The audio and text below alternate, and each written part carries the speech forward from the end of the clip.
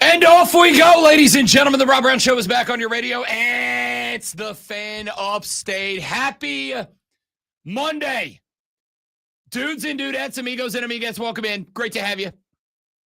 What a day, what a day. What a weekend that set up what a day here on a Monday. I am Rob Brown. On the other side of the metaphorical glass this AM, the guy in charge of this and every radio program you've ever heard, slapping the sign that says play like a champion today. The great one, Lonzo, on the ones and twos this AM. Sup, dude? About to slap some other people who keep changing settings on something. It's Monday. It's been 60 seconds. We're already at the slapping people stage of the day. It's fair. It's understandable. It's not your stuff. Leave it alone. Can I come out of the gate, please? I'm not asking you for your permission. That was more of a metaphorical question. It's like, excuse me while I clear my throat. That's exactly what that was. I get it. Yeah, it was 1,000% metaphorical. I've got to jump into this right out of the gate. You know, I have been in the corner of buddy of the show, Shane Beamer. That wasn't the first year, if we're just keeping it a buck. I wasn't the first year. I didn't like the hire. But then Shane won me over. And won me over because of the culture building that he put on exhibition in Columbia. He won me over because talent started showing up. Granted, not necessarily national championship caliber talent, but the type of talent that is a foundation for a program that is on an upward trajectory. He won me over with the way that he ran the program. And we started to, I think, watch the expectations begin to tick up year after year. I was on board with Shane Beamer after year one. Took me a minute to get there, but ultimately I got there. This year has been a massive disappointment. And you can make the point that, and I think it is fair to do so, because I did about 1,000 times during the offseason. You can make the point that this team was placed into an unfortunate position with the schedule that was placed in front of them. It is, in my opinion, one of the toughest 5 or 6 schedules in all of college football. I understood that this year was going to be tough, but I also thought they'll be bowl eligible, right? And at this point, I can't see that happening now. In fact, when that game went L to Oklahoma, actually about 20 minutes before that game went L to Oklahoma, I sent out a tweet that very simply said, the Gamecocks are not going bowling this year. I do not think there are 6 wins on the schedule. And I'm going to lean on a phrase that I have said many times over the course of my career. It is not that you lost to Oklahoma, a team, by the way, that got absolutely manhandled by Texas last week. They did the same thing to you. It is not that you lost to Oklahoma. It is how you lost to Oklahoma. I finally saw what the complaints about the offensive coordinator. I finally saw it yelling at the screen. What do you do? Why would you call it up the middle again? What are you doing? They had every chance to win that game. How many times were they down, not just in the red zone, but like on the 5 or 6 yard line and couldn't do anything because, hey, I know, let's run it up the middle. Hey, you know what? They won't expect this. Let's run it up the middle. I know it didn't work last time, but just one more time, let's run it up the middle. It was sad.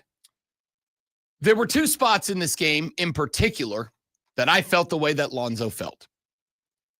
On one spot, it was 3rd and 2. It very much felt as if the game is hanging in the balance in this moment. At one spot, it is 3rd and 2. And I do have to point out in this game that your offensive line was not better. Wasn't better. And it is at the point where I think that we have to acknowledge this team does just not have talented offensive linemen. I'm sorry. I do my best not to be an a-hole when it comes to talking about college football players. But I think at the same time, sometimes you are obligated to do so. This team does just not have talent across the offensive line. And it feels as if they are committed to not acknowledging that. Your center in particular was throughout the course of this game getting his ass kicked over and over and over. Bias Stanley getting absolutely wrecked guys just running past him. Coming up out of the snap, setting, and by the time he's upset and ready to make a block, linebackers are already shoulder to shoulder with him blowing through the hole. So the two spots, knowing that that is what was happening, the two spots that blew me up. There was a 3rd and 2 with the game in the balance, mostly out of hand, but not entirely yet. And Mike Shula dials up on 3rd and 2 with what I call pillow coverage on the outside, right? Where like DBs are playing 8, 9, 10 yards off it's 3rd and 2. They're playing off the ball. And I watch as Lenore Sellers in the shotgun takes the snap.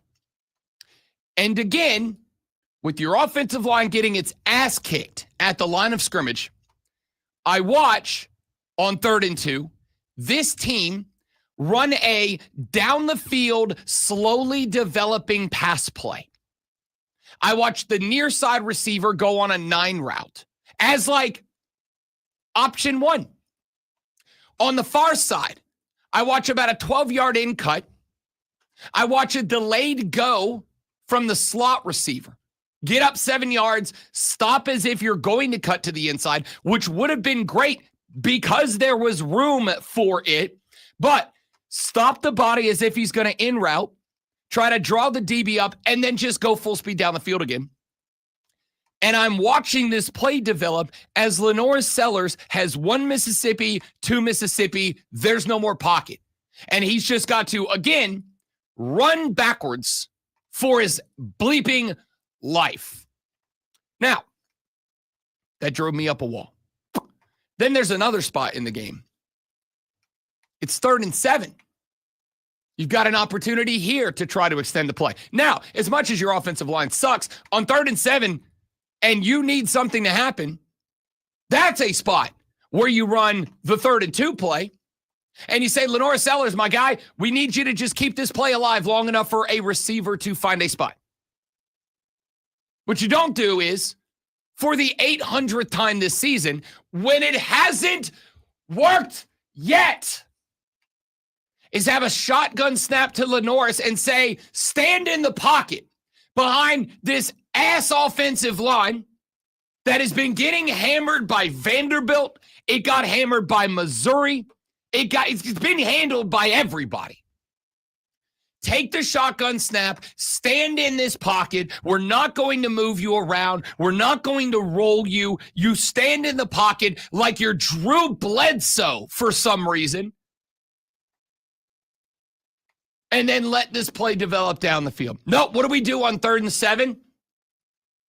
Exactly what Lonzo just said. You just run it up the middle. And again, on the offensive line, I know this because I've got 2 working eyeballs and a television set I'm watching.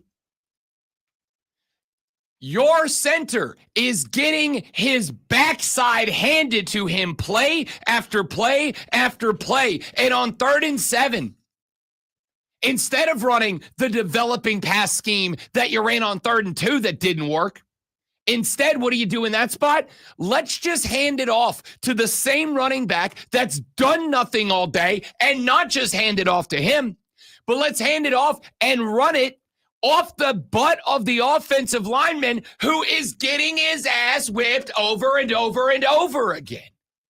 It's like, how many times?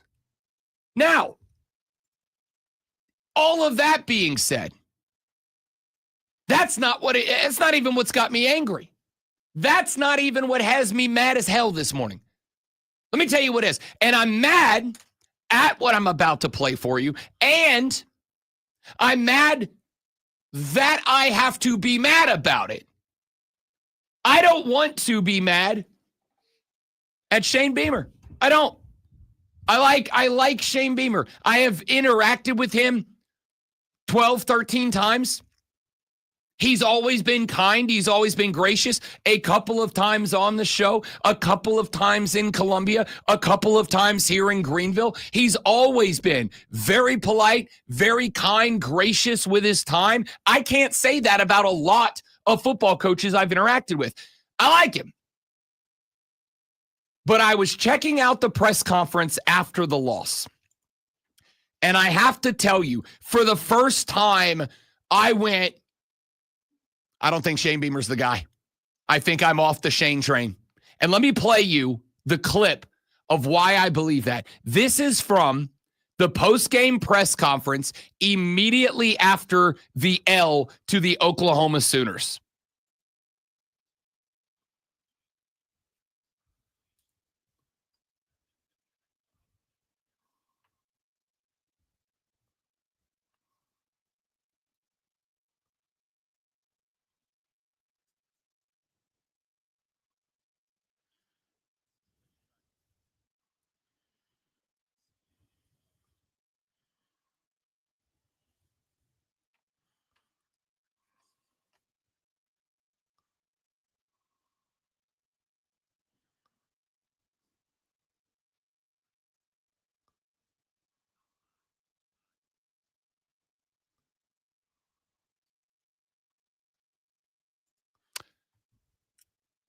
So, Jack, I got a couple of problems here. Jack was asking you about something specific, Shane. Because the question mark was play calling. Because at this point, I don't think that you need to be an offensive guru to recognize that your play calling is not just bad. It is nonsensical. It is illogical. It is not just bad, Shane. It is quite literally the furthest from good that it can be. The goal of a play caller is to do a few things. Number one, what can I play call that plays to my offense's strengths and away from its weaknesses, while also playing to my opponent's weaknesses and against their strengths? And if you would have told me, and I'm saying this like a joke, I'm saying this like it's a joke. I want you to know I'm not joking. If you would have told me that Mike Shula was an ex-Oklahoma Boomer Sooner, and he was trying to play call just to nudge Oklahoma to a victory, I'd freaking believe it. Genuinely. It is not that the play calling was bad. Everybody has an off day. There's plenty of shows that I have walked out of that door right there and said, I suck. That show sucked. I suck. It's not good enough. Plenty of days. Everybody has a bad day. That play calling felt to me as not Not me doing a show. I walk out the door and I go, I suck, and I'm in a bad mood for 4, 5, 6 hours, and I feel like I got to rededicate myself to doing a good show. That felt to me as if I walked in, turned on the mic, and said, and mother onto the radio, actively sabotaging. You wouldn't have made it past 2.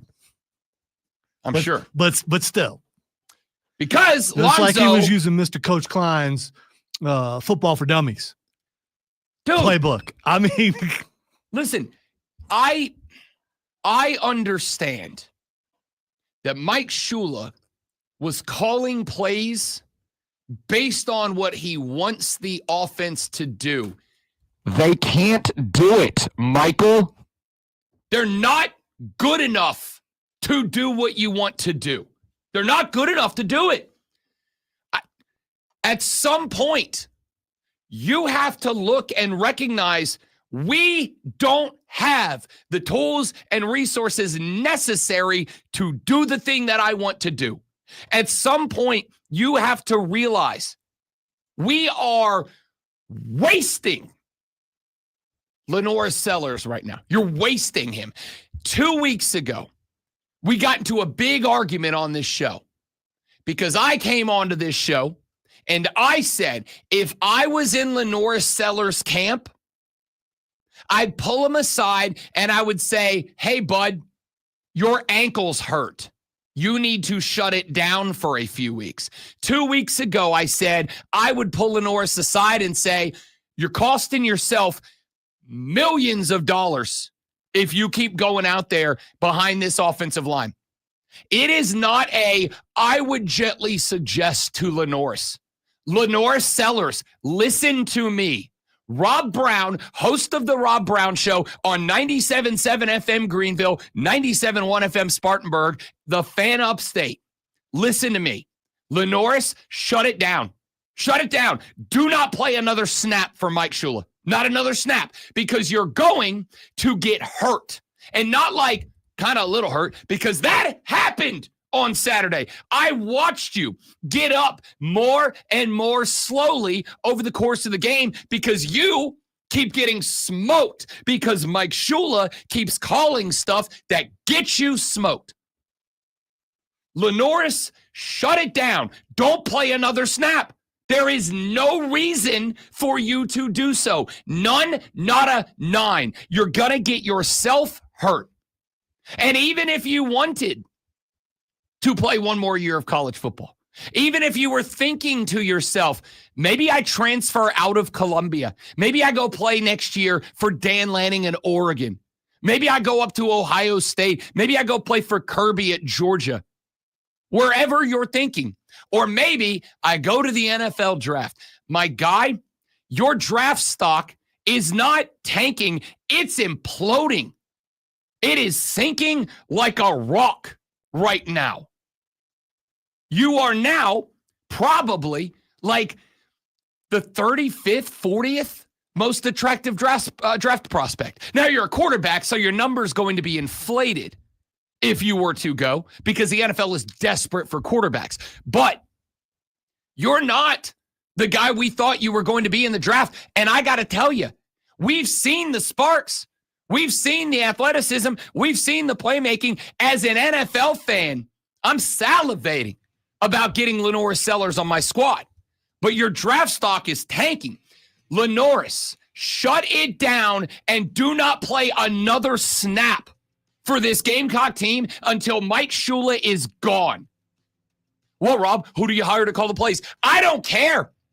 Plug up a PlayStation and push the Ask Corso button and let it run your offense. It can't be worse. Go get a graduate assistant who is responsible for cutting up the film every week and ask that guy to run your offense. Hell, Shane, call me. I will come call your offense for like $200 a game. Just cover my gas and a stop at the QT on the way back and forth from Columbia. I'll come run the offense because I can't do it worse than Mike Shula's doing right now. It's a joke. It's not embarrassing. It's not embarrassing. It is quite literally harmful. You're going to get your quarterback killed, dude. This is a joke. It is embarrassing. Lenoris, I'm deadly serious, and I'm not saying this for myself or anybody else. Lenoris, shut it down. Do not play another snap for this team until Mike Shula is gone, because you're going to lose everything if you do.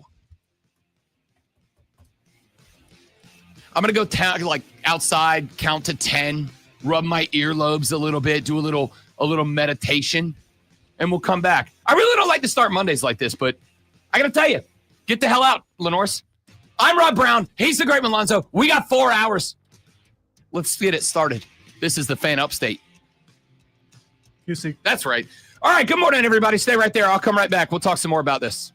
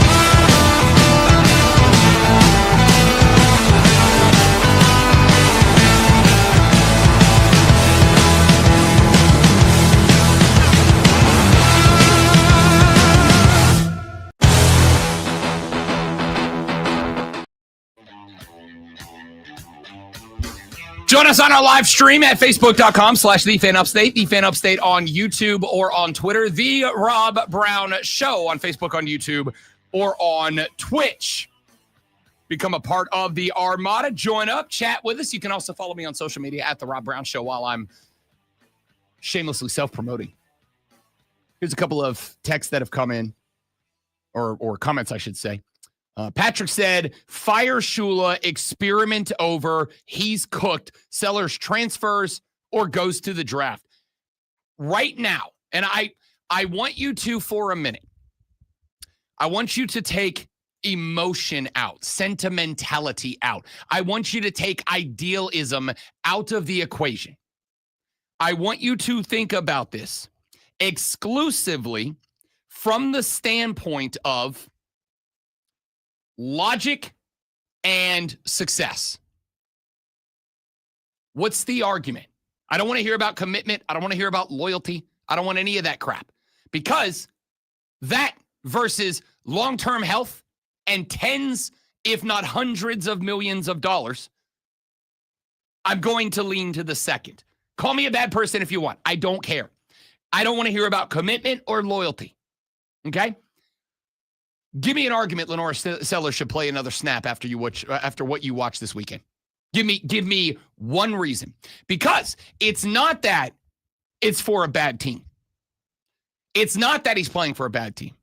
I would respect, in fact, I would even, I guess, to some degree, encourage him to finish out the year if it was just that you're a bad team.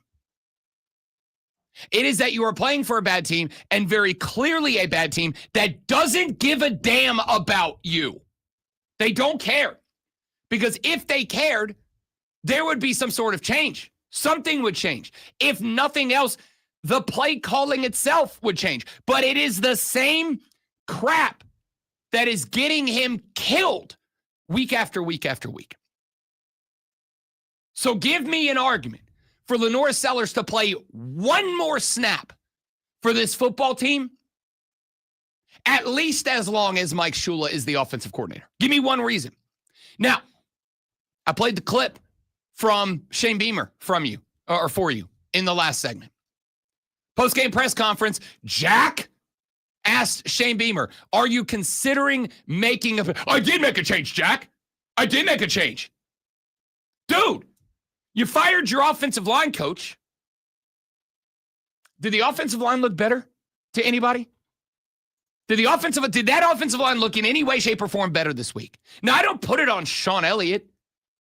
Sean Elliott had less than a week to take over that unit and to try to get that unit to play better.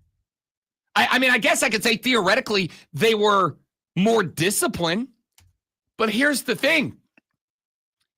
When I was in high school, I was the most disciplined basketball player at my high school. I was quite literally that first to get to practice and last to leave practice guy. I was the guy who did the 500 free throws before and after practice. I was the dude who did everything that you would tell people to do if they want to be successful. And yet, I got 0 college scholarship offers. Why? Because I sucked. You can be the most disciplined person in the world, but guys and gals, if you stink at a thing, unfortunately, hard work doesn't always get you where you want to go. I know that I'm the bad guy here, but sometimes you just have to recognize it doesn't matter how hard I work. I'm not going to be good at this. Or at least not good enough to be the best at it. Nobody outworked me when I was a high school basketball player. Not on my team or anybody else. First at practice, last to leave. This is not even a joke. I was the dude who made, as good as I could be, friends with my basketball coach so that I could go get the keys to the gym from him to go into the gym when the gym was closed and be the only guy in there practicing. And yet, I just didn't have the talent. I just wasn't that good. I love basketball. I know the game of basketball better than I know football, and y'all know I know ball. I love basketball. It is my favorite game. Blasphemy, I know. I know the game. I could have coached our basketball team as well as our coach coached our basketball team because I knew the game. I busted my ass, but I just wasn't good at it. This football team is not good. It's just not good. Your offensive line specifically is bad.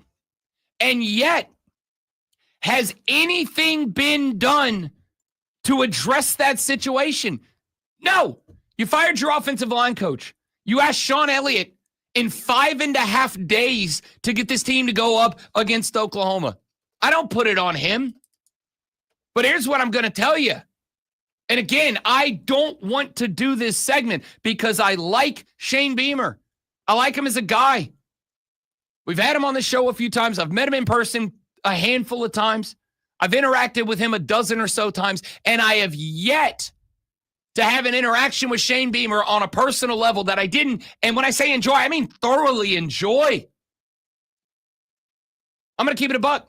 I have had in my 5.5 years here one personal interaction with Dabo Sweeney, and it was over that fast. He had to get from A to B. Didn't have time for anybody else, and that's fine. I get it. Very, very busy coach. I've had the interactions with Shane. He has plenty of time next year. Oh, it's not great in Clemson either. We're coming to that too, because he had a post-game press conference clip that I'm going to play for you here in a little while too. I like Shane. I really do. But man, at this point, to allow what has happened to continue to happen, to allow what has happened to continue to go the way that it is going, it's malpractice. It's malpractice at this point to keep Mike Shula calling these plays. He refuses to do anything different. Texter said maybe he should stay in the pocket and take sacks instead of running backwards 20 yards. What pocket? What pocket, Texter? Are you and I watching different football games? What pocket? It is not a pocket. It is just a line of dudes trying to murder him in the face. There's no pocket to stay in, dude. None. You've listened to I'm going to assume, Texter, you've listened to the show. You've got to know that there's been 1,000 times that I have said, this guy needs to do a better job of stepping up in the pocket. That's a real thing. I've said it about Bryce Young. I'm the only Bryce Young defender in the state, or at least I was before recent times. But even when he was bad, there were times where I was going, look, I know the team's bad, brother, but you've got to step up in the pocket, BY. I know it's tough because you're only 5'2" and the boys in front of you are 6'9", and it's hard to, but you got to step up in the pocket and figure out how to work around that. I'm fine with you've got to. There's no pocket, Texter. My man's getting the snap in the shotgun, and by the time he gets the ball, collects, and gets set to look down the field, it's just a wall of dudes whose primary mission is kill. There's no pocket to step up into. And even knowing that, are we seeing anything different? No, not a thing, dude. It's the same sets. It's the same play calling. I got Mike Shula calling long developing pass routes on 3rd and 2 and then running it into the teeth of the defense, where not only is your offensive line bad, but your weakest spot is the middle of the offensive line. On 3rd and 2, I got you running long developing pass plays. And on 3rd and 7, I got you handing it off to go off center, the one spot that you haven't made a block all day. What are we doing? I am genuinely mad. Not South Carolina fans, you guys should be. I am mad. I am ticked off this morning because you have got a dude that is 1,000% NFL talent under center. Lenore Sellers' talent alone should be good enough to be 8-4. At least 7-5. Guys, you're not going bowling this year. And instead of addressing it, Shane Beamer gets asked about it, and he goes, I did make a change, Jack. We practice hard. I don't care, Shane. It's been 5 years. You've been practicing hard for 5 years. There's not a damn result to show for it. Oh, we got a lot of guys that did their best to get healthy. So does every football team, Shane. Every football team has that. That's not special, my guy. You are asking for us to look at that and be proud of it as if it is special. The next head coach that comes out and goes, yeah, we suck at practicing and none of our guys care to get healthy. He'll be the first coach ever to say that. What you said here, you ain't cooking, Shane.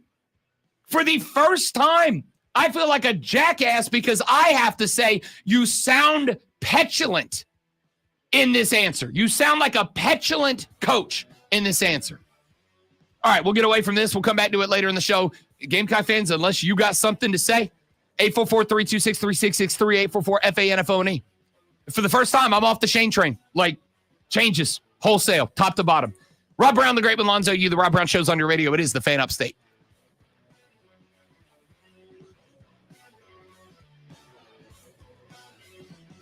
Speaking of things going poorly. Yes. Did you see his post-game press conference? I Talk about Mike McDaniel, by the way. I read some this morning. Oh, it was bad. I was uncomfortable watching it. All right, guys, stay right there. I got to upload a little bit more audio. We'll be right back.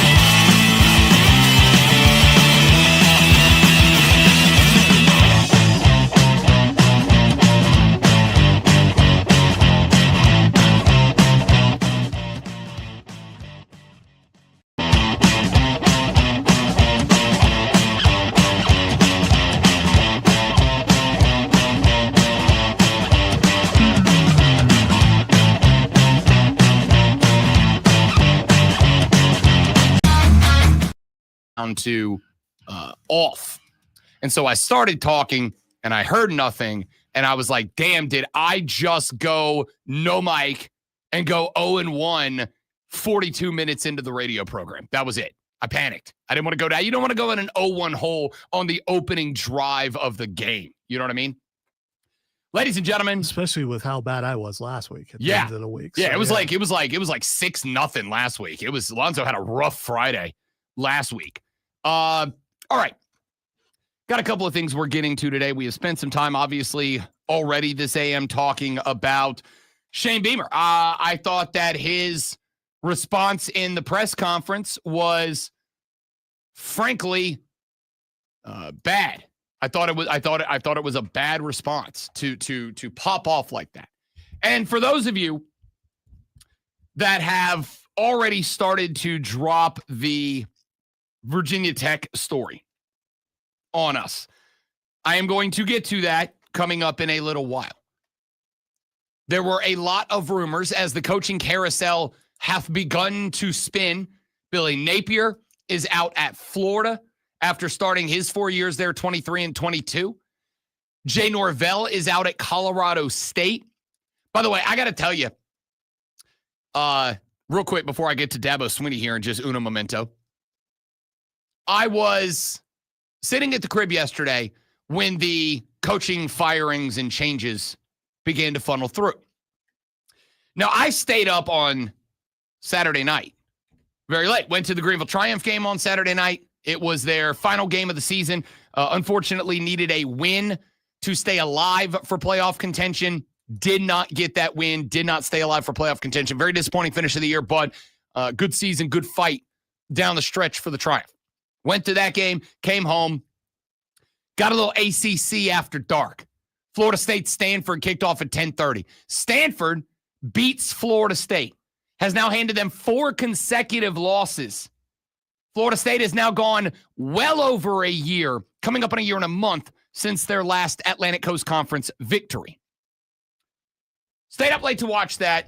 Florida State gets beat, and I went, hey, $56 million payout. I think you got to pay it. I think you got to get rid of Mike Norvell.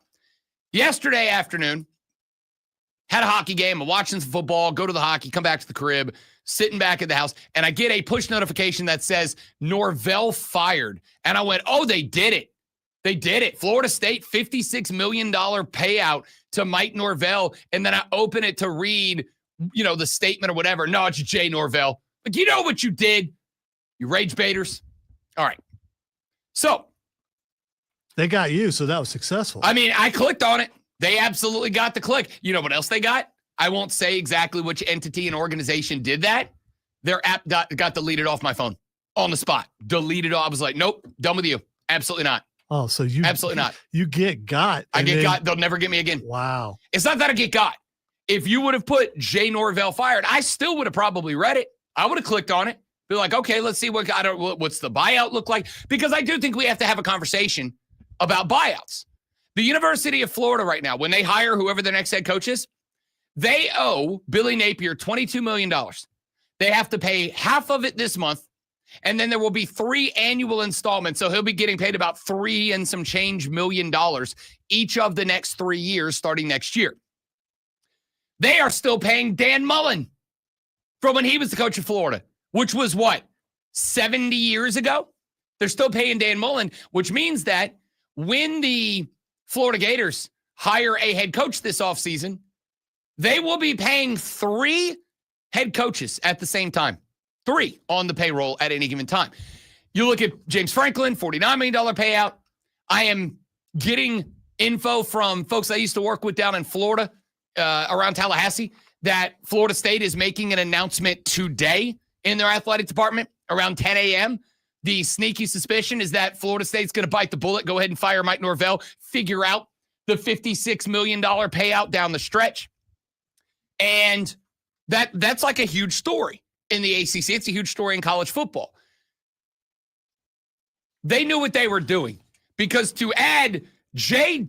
Norvell fired would have taken you exactly 3 more characters in the push notification. This is what I talk about when I rant about clickbait sports journalism.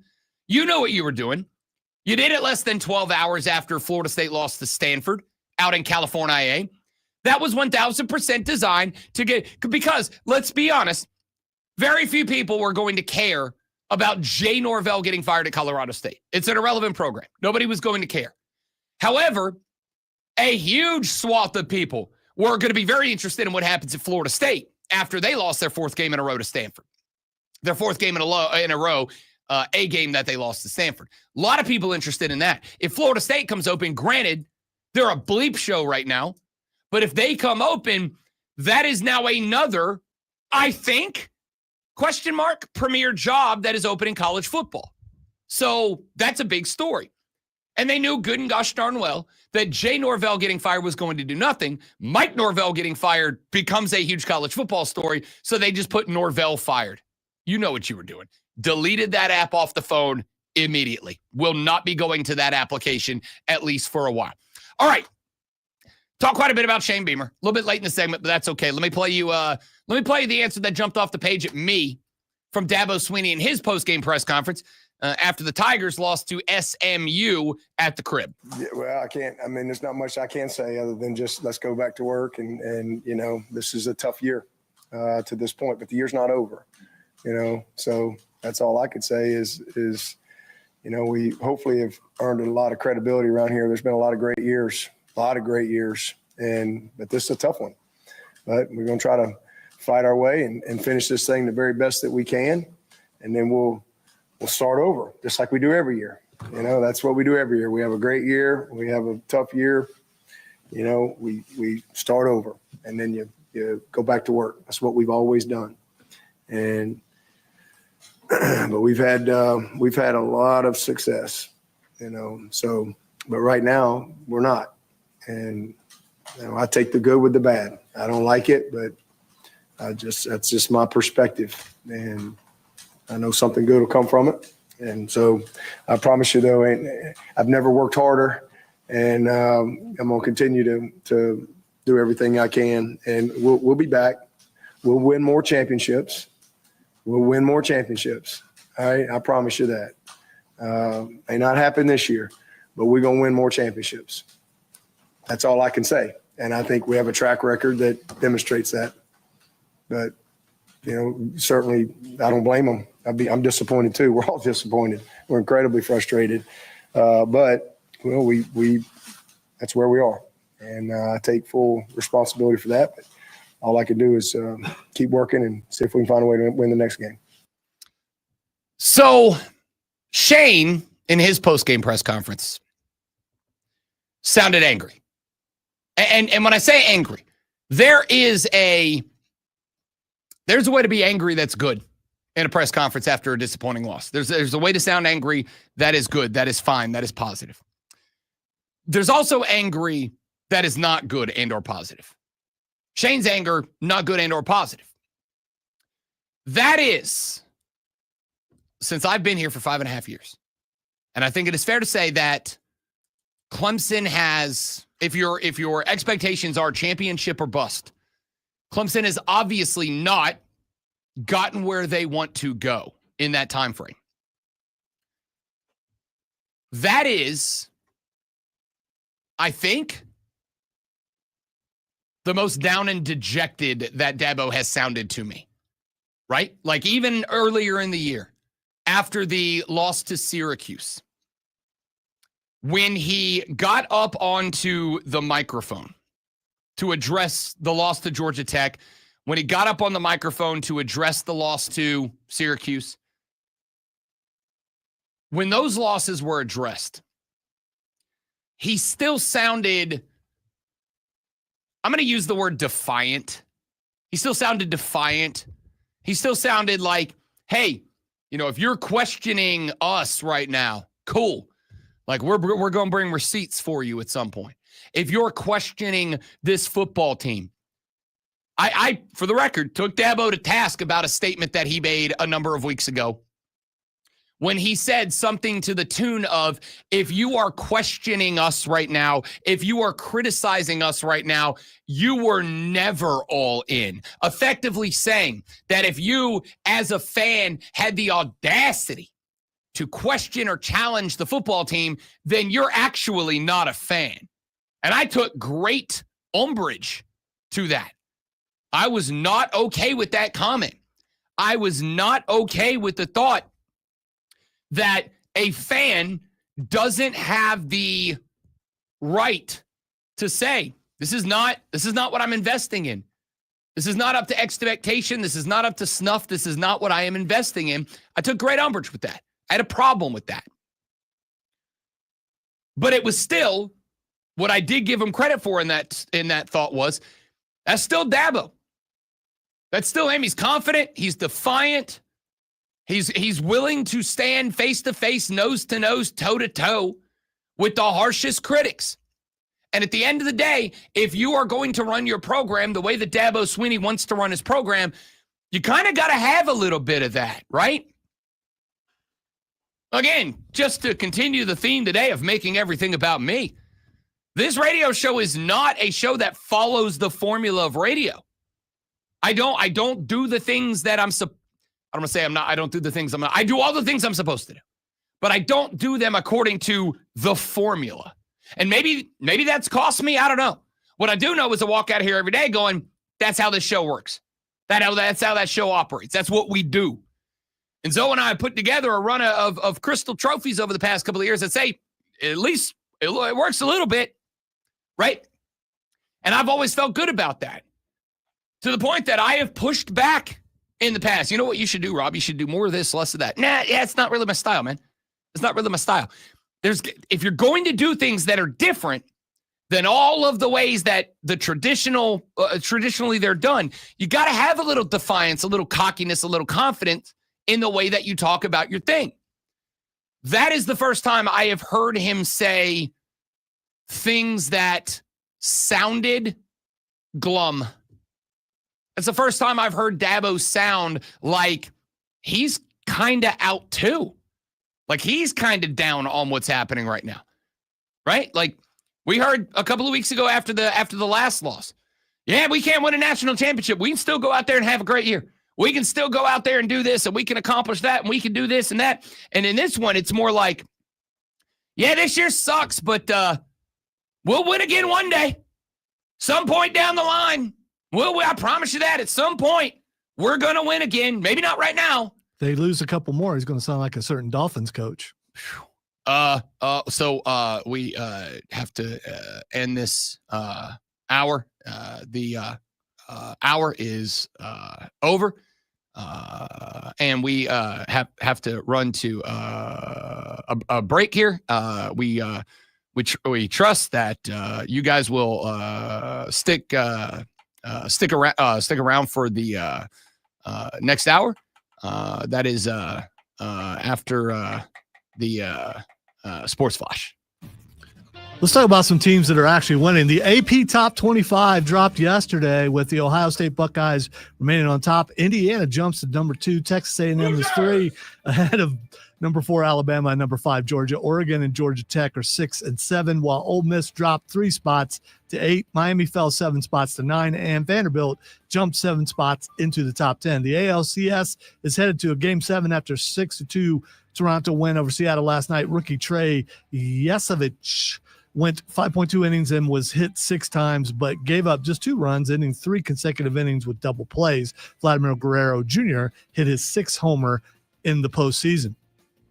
Chase Briscoe has secured a spot in the NASCAR playoff Final Four with an overtime victory at Talladega yesterday, his first at a superspeedway. Briscoe started 6th on the overtime restart behind Kyle Larson, who ran out of gas, and William Byron, whose push from Carson, he spun him out.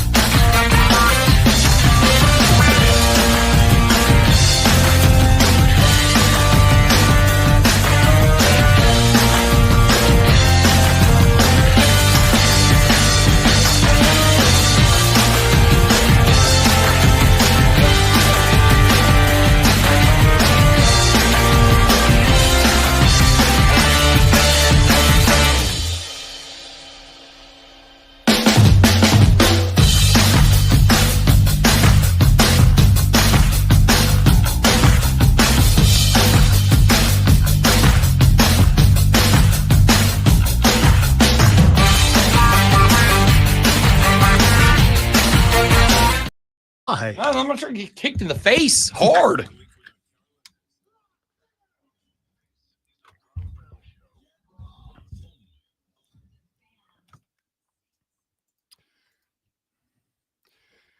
The Rob Brown Show back on your radio. It is the Fan Upstate. Rob Brown, the Great Alonzo, and ew, here on a Monday morning reviewing, recapping the football weekend. And not just football. We have a lot of other stuff we've got to get into as well.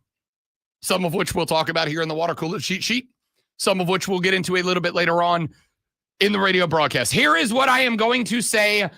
However, the phone line is open, 844-326-3663, 844-FANFONE. That is the same number to the Hub City Spartanburger text line, 844-326-3663. You can tweet me at The Rob Brown Show. Follow me across all social media at The Rob Brown Show. Do the same for the radio station at The Fan Upstate if you'd like to go in that direction. We'd love to have you. Lonzo is on Twitter at Lonzo on Word. And of course, if you've got something more long format and do not want to come on the air with it, you can do so by hitting me with an email, rob.brown@thefanupstate.com, rob.brown@thefanupstate.com. First hour of the show, a lot of criticism for Shane Beamer. And frankly, I think it was deserved. I think it is deserved. And we're probably not done with it, to tell you the truth. That one answer from Shane Beamer was appalling to me. And this is from somebody who has done the best I can to defend Shane, because I think Shane is a good dude. I think he's a good dude. I genuinely think he does work hard. I don't think this is a lack of effort from Shane Beamer. I do think it is an overabundance of loyalty. I do think it is I don't want to say fear too. I think it is an apprehension to over course correct. The problem is you're steering right into the rocks. Like you're headed right into the rocks. At some point, you just got to yank the steering wheel, man. Like, yeah, maybe we overcorrect, but right now the path is dangerous. And overcorrection, we can make some more minor corrections down the road, but you got to do something. We're going to come back to that a little bit later on. We do have some text. Texas said, I feel like Shane is going to rage quit Carolina and go to Virginia Tech. Keith texts the show. And TR said, well, his text got all jumbled up, but effectively said maybe Shane will be better at Virginia Tech. Went on to say that I was just thinking about it, and when Beamer was first asked about the Virginia Tech job, he said he was staying in Columbia unless the fans turn. He basically went on to say he thinks that perhaps Shane is to some degree taking on a heel role so that he can leave to go to Virginia Tech. I'll keep it a buck. There is no reason to go to Virginia Tech. There's none. The only reason is sentimentality. Daddy was there. Legacy. Yeah. But here's the thing. I don't think that he is the type of cat that wants to have to live up to dad, but B, feels like he only has the job because of who his dad was. Unless he gets called to the AD's office and they're like, hey, you need to win now in South Carolina. And then it's like, okay, maybe I'll go over here. Maybe. Or if they call him and go, look, dude, we're going to let you go take that job so that we don't have to say we fired you, right? You take that job or you are fired. But I don't even think we're there yet. I just know where we are right now ain't good. Is it? I mean, it's not even a lateral move. To me, it's like, it's a step down. Yeah, it's a step down. Wait. Now, if Virginia Tech was to get back to where they were in the late 1990s, sure, then we're having a conversation. And if they believe Shane Beamer's the guy to get him there, then I guess. But here's the thing. South Carolina's got better facilities. They've got more resources. They play in a better conference, which ultimately is going to make you a buttload more money into the coffers. Like, there is not a reason outside of dad used to coach there. There's not a good reason for him to go unless it's sentimentality. And we'll come back to that a little bit later on in the show because Shane did address that yesterday, and we'll pay attention to that. However, It is 7:05 in the morning. You've got 55 minutes until you've got to get to the office. Everybody's working for tonight. Big night in sports tonight. We've got 2 Monday Night Football games on tap tonight, and we've got an ALCS Game 7. Best words in sports, Game 7. We're going to talk about all of that because you're going to talk about all of that at work today, which means our job is to get you enlightened, informed, and entertained all at the same time when we do this. Are you ready for the playbook of the peculiar, the almanac of the absurd, and the encyclopedia of the extraordinary? Well, you better be, because we're diving headfirst into the 3 top stories that will have your coworkers say, "Game over, man. It's game over." Before they take their first bathroom break. No. Here we go. Welcome to the water cooler cheat sheet on the Fan Upstate. It is the water cooler cheat sheet, the top 3 sports stories you need to know before you get to the office and start talking sports with your coworkers, your manager, your supervisor, your boss, your IT guy, the janitor, whoever you talk sports with. This is what you will be talking about. Allow us, ladies and gentlemen, to dive right in with item numero uno. After a wild weekend in collegiate footballing, your new AP Top 25 is out, and they are growing ever more important as we have, ladies and gentlemen, 2 weeks in a day until we get our very first college football playoff rankings dropping on November 4th. So as they are stacked and racked right now, this will be more and more similar to what you can expect to see on November 4th when those playoff rankings drop for the first time. The Buckeyes of Ohio State remain number 1, 60 first place votes. They collect a few back from the Oregon Ducks, who lost last week, and from the Miami Hurricanes, who got bounced. Who told you Louisville could get it done? This guy told you. Friday said put it all on Louisville plus 13.5, and don't be shocked if they pull the upset. You're welcome. I know ball. Congrats on not falling out of your chair because it was a little iffy there. That was aggressive. That one was aggressive. That was a huge pushback from the desk. I kicked ass at college football this weekend. I mean, killed it. Did Inside the Betting Lines on Saturday, noon to 4 on the back here. Who the hell would work noon to 4 on a Saturday? That's a terrible idea. Anyway, I was on with PJ Glasser. I gave 14 picks on Inside the Betting Line in college football. I went 12-2 on college picks this weekend. That's killed I it. hear that's pretty good. Killed it this weekend. Did well in the NFL too. Whatever. We'll come back to that. Here's a hot take, Zoe. I think Ohio State might be better this year than they were last year. There are a lot of people saying that. Yeah. Texted PJ Glasser that Saturday night. Definitely defensively. So, yeah. Texted PJ Glasser that Saturday night. I was like, I think the Buckeyes are better this year than last year. That's who I hosted with on Saturday. Did a bunch of college football. Texted him Saturday night. I think the Buckeyes might be better this year than last year.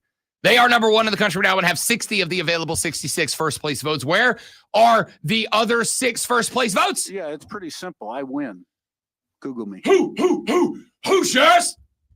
The Big Ten holding down the top 2 spots in the AP poll as the Indiana Hoosiers at 7-0 are now number 2 in the country and do have 6 first place votes in the poll. They just outpace the Texas A&M Aggies. Mike Elko, another football dude that I told you to look out for with the Aggies, now at number 3, 1 spot ahead of Alabama. The Tide up a pair of spots after beating Tennessee this weekend. Alabama jumps up a pair of spots to number 2. And would you look at that, right in the back pocket of the Alabama Crimson Tide, the Georgia Bulldogs up 4 spots now to number 5.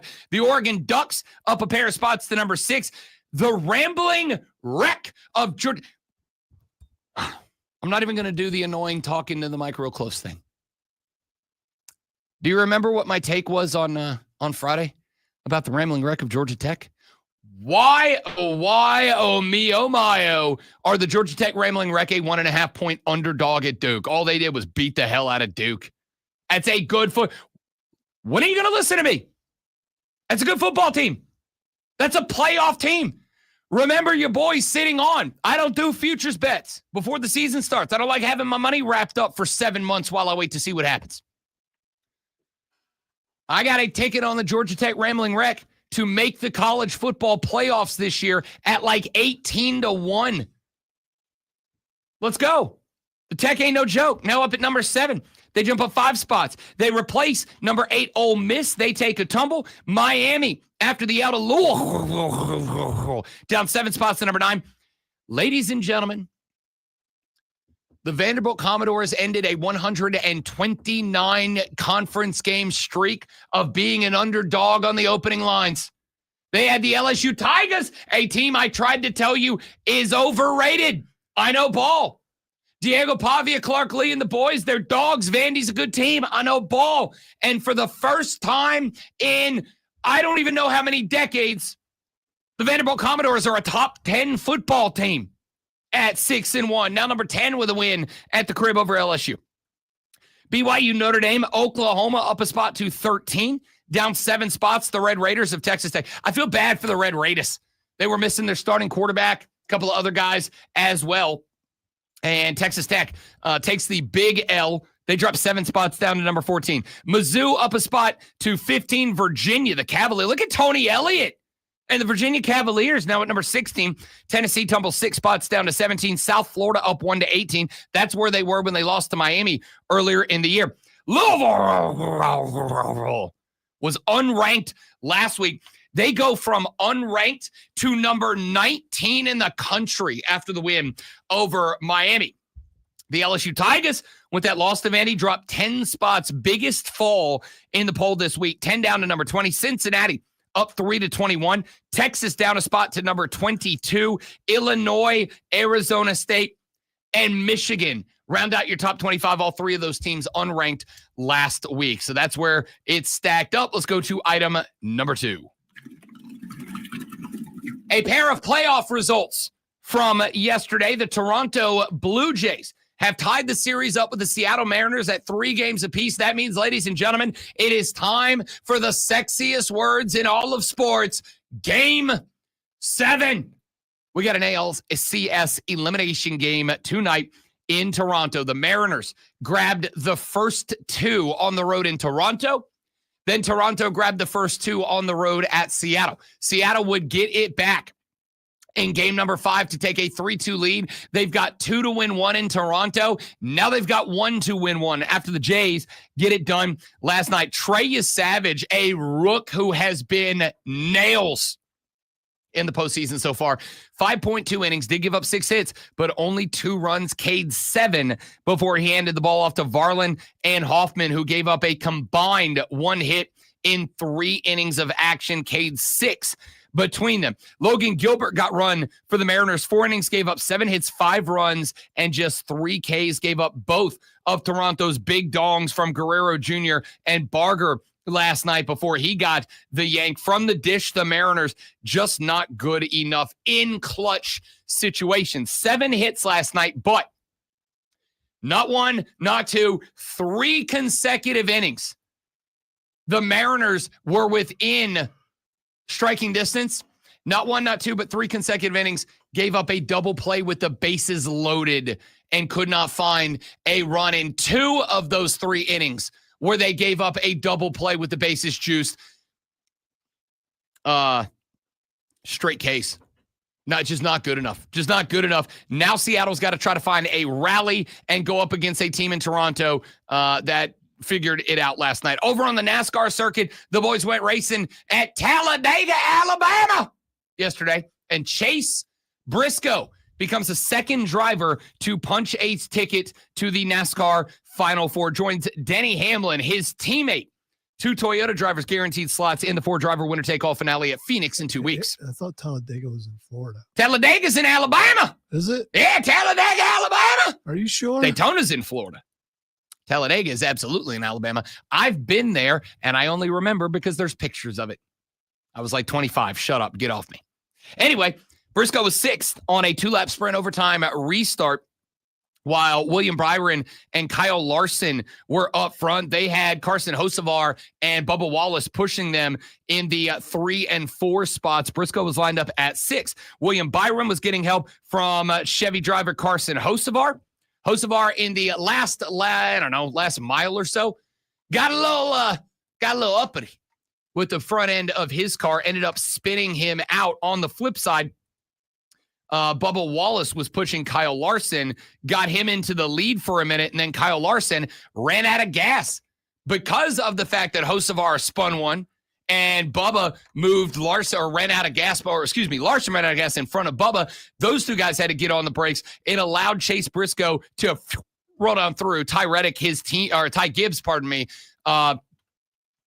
the only of his teammates not eligible for a championship, was able to tuck up behind Chase Briscoe and just push him to the checkered flag. So Chase Briscoe joins Denny Hamlin. There are 2 more spots available in the Final Four before we get to that last race in Phoenix. Let's get to item number 3. We're going to talk more about Shane Beamer a little bit later on in the show, but I do think that this is worthy of inclusion in the old WCCS here to open up the 7 o'clock hour. Shane Beamer pushed back yesterday about rumors that he was a candidate for Virginia Tech's coaching vacancy. He said, quote, "I am working my rear end off to get us back to where we're in that mix and in playoff talk." And that's the same thing I told our football team today, that I guess the gist of that article was that would be a parachute or something for me to get out of here and have a soft landing spot. Well, I'm not happy with where we are right now, and I'm determined to get it fixed. He would go on to say, quote, "I've conveyed many times how much I want to be here. This is my dream job. I said that when I came here. Nothing has changed," end quote. South Carolina. I don't think Shane Beamer wants to go anywhere. I don't know the guy personally. We've had him on the show a few times. Super nice guy. Like Shane Beamer a lot. I don't think Shane Beamer is necessarily concerned with going to pick up the mantle that Daddy Frank left behind in Blacksburg, Virginia. I don't think he really cares about that, to keep it a buck with you. I don't think he's worried about it. I don't think he's gone. I do think he wants to be at South Carolina. I think he wants to fix South Carolina. The problem that I have is not the conversation about him potentially leaving. I'm fine with how he's addressing the situation. I have one issue and one issue alone, and that's the team's bad. But more importantly, things that it feels like, to me, could be different in order to make the team less bad aren't happening. The problem that I have is that Shane Beamer's been at the helm for 5.5 years. And in that time, he has moved on from 2 assistant coaches. The last one was Lonnie Teasley last weekend. And the problem that I have is, as somebody who is cold take, Jim said on our live stream a second ago, it's almost like we know ball or something. The problem that I have here is the issues that are happening right now in Columbia, South Carolina. I feel like we can pretty much pinpoint what they are. It's not a conundrum. It's not a puzzle. It's not Sudoku over there. It's pretty obvious what the problems are in Columbia, South Carolina. The problem is that the problems that seem like they have at least an available fix aren't being availably fixed. It feels to me like Shane Beamer has a overabundance of loyalty. Anybody who's worked in literally any job ever has seen a spot where a manager or a boss has had to terminate an employee that they genuinely like. I've been there. It sucks. In the 17 years I've been doing this, the most uncomfortable I've ever been has not been making a big sales pitch. It has not been being asked to step into a play-by-play spot for a sport I've never done before or for a team I've never covered before. It has not been to welcome the biggest head coaches in college football or the NFL onto my show and have a conversation with them. It is not to sit down with multiple reigning defending WWE or AEW world champions. No. The most uncomfortable I've ever been in my career is having to sit across from a coworker that I like as both the coworker and a friend and to say, it's not working out. I have to let you go. That's it. But I did that. I've done it a few times. And I did that because The entity is bigger than the people that make it up. Don't worry, it's not foreshadowing. That's not. Oh, I ain't got that pull around here. Yeah, that's why. All right. I ain't carrying that stick around this show. Not a chance. The reality is the entity is bigger than those who make it up. And if it's out of loyalty, or it's out of a fear of confrontation, or if it's out of, as I think, Dabo, it might be about some coaches, it is out of sheer stubbornness. I am going to prove to you that I have been right the entire time, no matter how far we got to fall first. Whatever the reason is. If you're unwilling, unable, or afraid to make the change, you got to go too. That's how it works, man. If you're afraid to make the change, you've got to go too. And I feel like that's where we're at now. So Shane says, no, I'm not going to Virginia Tech. It's not a landing spot. This is my dream job. I want to be here. That's all well and good.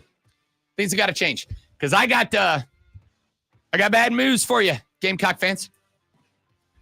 You got one more shot if you want to pull off the elusive Cocktober surprise. You got one more chance at it. Who's coming to town this weekend, boys? Alabama, the number 4 team in the country. A team that is wrecking everybody right now. Gamecocks, you're losing this weekend by 35. Alabama is going to do unspeakable things to you on your own field this weekend. And I got to keep it a buck. If Lenora Sellers finishes this game, not because of injury, but because of an unwillingness to play behind that offensive line and for this offensive coordinator, I would not be shocked. In fact, I've already said it once. I'll say it again. Lenoris, hi, my name's Rob. I host the Rob Brown Show here on the Fan Upstate in Greenville, South Carolina, and I will stand 10 toes in the sand and say this with my full chest. Lenoris, do not play another game for this football team. I am begging you. Do not play another game for this football team. You are hurting yourself. You are getting hurt. And I mean that both figuratively, metaphorically, and literally. You are getting hurt playing for this football team. Lenoris, shut it down. Do not play another game for this team. I don't care if you pack your bags and leave Columbia. You're getting hurt. Let's talk more college football. I'm Rob. He's Lonzo. The Rob Brown Show's on your radio. God, those all yellow Chargers uniforms are awful. They're awful, dude. Back after this on the Fan Upstate. My world. All right, guys, one more live. Stay right there. We'll be right back.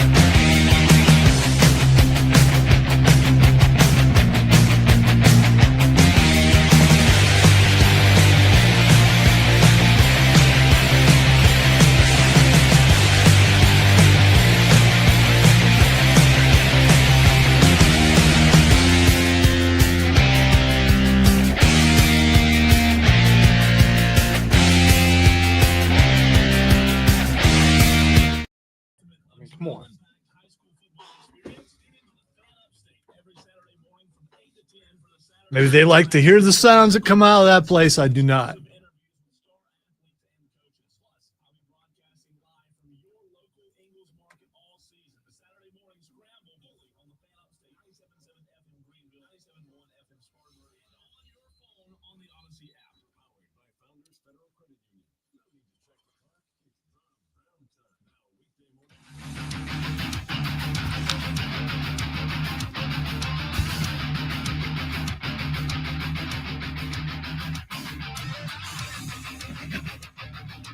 The Rob Brown Show back on your radio. It's the Fan Upstate. Rob Brown, the great Alonzo, and you.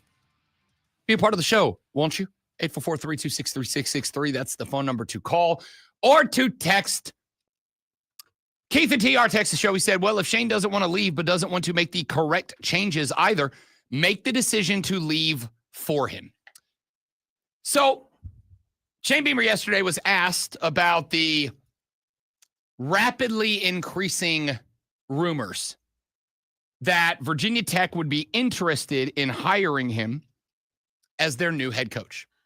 And I have a few different thoughts that popped into the old noodle about that.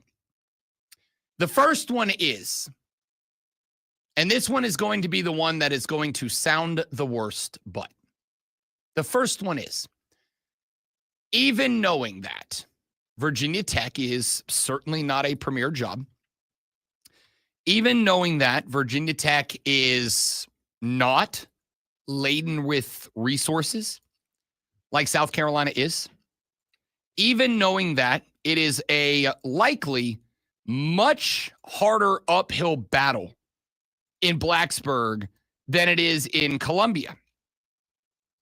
This is a genuine question. And it's going to sound awful, but I'm going to have to ask it.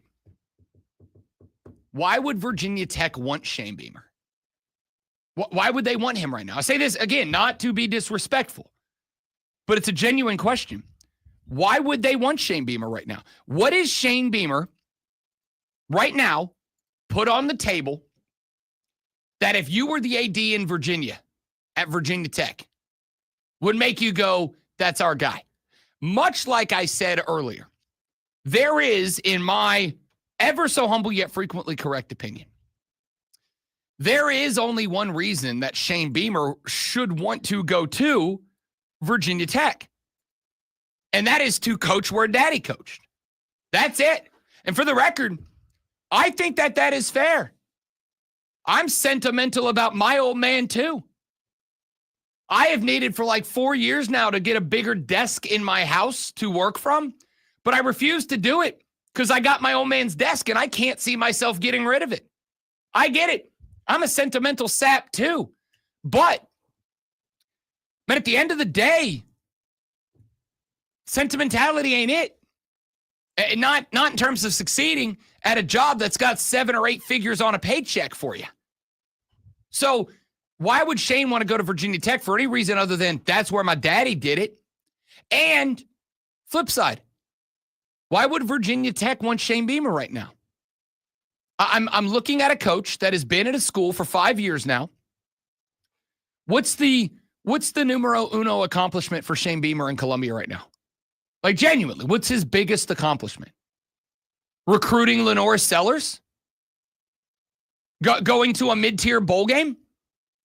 The best accomplishment was that you were 1 game away from making the playoffs last year. Which, yeah, I mean, don't get me wrong. Sure. But we got close and then immediately fumbled the bag the next year. Yeah, because I mean, it raised levels of expectations to where they hadn't been in a really long time, and then you get this. Yeah. You have a spot where you are building off of the most momentum that team has had in years. You ride that momentum to go get the best quarterback, or at least most talented quarterback that you have had in years. Maybe ever, but in years, certainly. And this team is not going to make a bowl game this year. So Is 9-3 last year something to hang your hat on and go like, what an accomplishment? We went 9-3. What'd you do the next year? Hey, 5-7, 4-8's on the table, kids. 4-8's on the table. Not is it on the table. Sorry. 4-8 is probably the most likely outcome right now. Because granted, Clemson lost to SMU this weekend, but they had to do it without Cade Klubnik, who, again, let's not pretend the guy's a Heisman Trophy frontrunner, but the last 2 weeks against North Carolina and Boston College, he looked like he was putting 2 and 2 together and finally getting 4 and not purple. Like you're pointed in the right direction. Right now today, anybody taking South Carolina to beat Clemson as a guarantee? Because I'm absolutely not. 4-8 is very much not just on the table. 4-8 might be the most likely outcome. I don't know, dude. I watched the Clemson game too. So I don't know. I don't know. There might be some people out there who might take you up on that. As a guarantee? No, I can't guarantee it. I can't guarantee it. And again, if and when Cade Klubnik comes back, if Cade Klubnik is quarterbacking that team today, they're a better team than South Carolina. He wasn't the problem Saturday. I didn't say he was. He didn't play. I'm talking about. Oh, Christopher Vizina was not bad in that game. Yeah, he was not bad. It was the play calling. I agree with that too. Oh, there's a problem there too. And much like it, I'm coming to Dabo too. Much like over there, I kind of have the same vibe over here. The difference is, it feels to me like Shane refuses to move on from one of his guys, whereas Dabo refuses to move on from his system. I'm not blaming Garrett Riley. I think Garrett Riley is handcuffed. I think he is handcuffed in what he can do with the offense over there versus Mike Shula has handcuffed the Gamecocks, and Shane is sitting there like, it's like an old mobster movie, right? Like Mike Shula's got this program handcuffed to the radiator in a dank basement, and Shane's over in the corner smoking a hater in a dark room, flicking the key up and down. Like, I could let you out, but I don't really feel like it. So you're going to suffer for as long. You know what I mean? Like, it's not the vibe right now. It's just not. I don't know. It's not ideal. It's not ideal for either one of these programs. Point is, 4-8's on the table for South Carolina. It genuinely is. So if you're Virginia Tech, and especially now, and I know we keep bringing this guy up, but was Indiana any more impactful than Virginia Tech was 2 years ago when they found Curt Cignetti? No. In fact, if anything, I'd say they less because they didn't really have anything to lean on. Virginia Tech at least could go, hey, we played for a natty back in 1999. Indiana doesn't have that. Indiana didn't just go find Curt Cignetti. What did Indiana do? They just paid him $96 million to stay at Indiana. So if you're, and I say Virginia Tech, I really mean anybody. Vanderbilt. Was Vanderbilt 2 years ago where South Carolina has been? No. But they found Clark Lee. And I got news for you. If Indiana can come off $96 million to keep Curt Cignetti, Vanderbilt's going to come off 96 plus to keep Clark Lee. Georgia Tech's going to find 96 mil to keep Brent Key. And if those schools can do it, if you're Virginia Tech and you know the boosters are champing at the bit to get it done, why would I bring in Shane Beamer instead of just trying to find the next Curt Cignetti?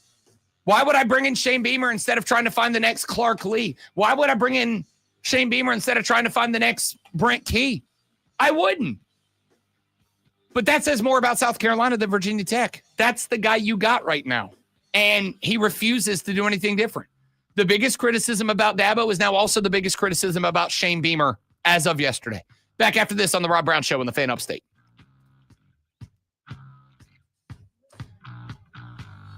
For clarity, what evidence is there that shows Garrett Riley is handcuffed? For clarity, Kane, go watch some Clemson game film from 2021. Go watch some Clemson game film from 2022. And what you'll notice, Kane, is that by and large, over the past, all of the coordinators since Tony Elliott left, it's the same offense, my guy. It's the same offense. It's the same offense. That's why I firmly believe that when Dabo said, we're not bringing Garrett Riley in to run the Garrett Riley offense, we're bringing him in to run the Clemson offense, that wasn't like a joke or a phrase or stuff. Like, that was for real. That's my belief. That's my belief right now. I'll be right back.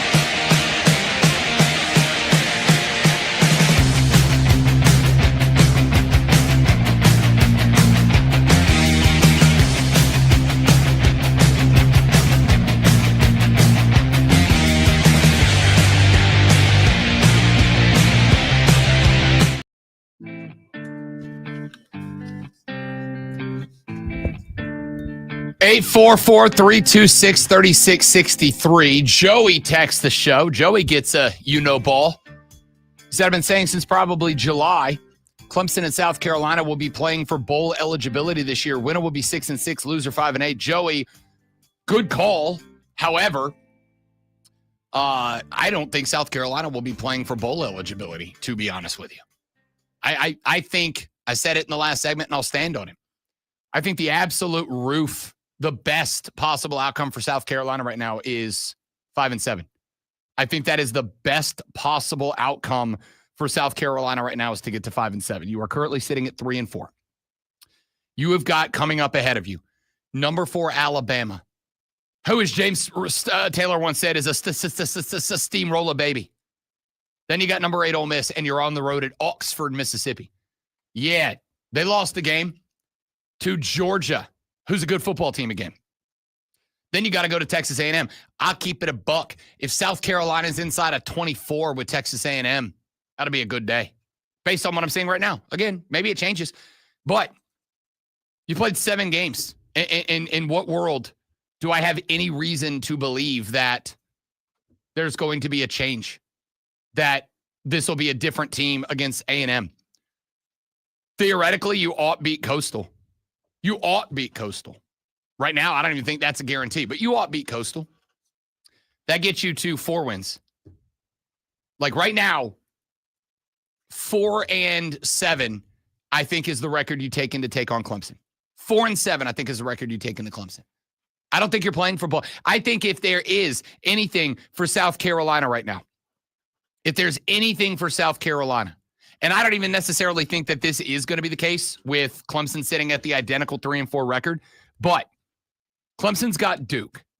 And I got to tell you, Duke's a good football team. Darian Manson's playing good ball. Georgia Tech beat them this weekend. You got Florida State, though. That should be a win. Stanford beat Florida State. Bad Clemson should beat Florida State.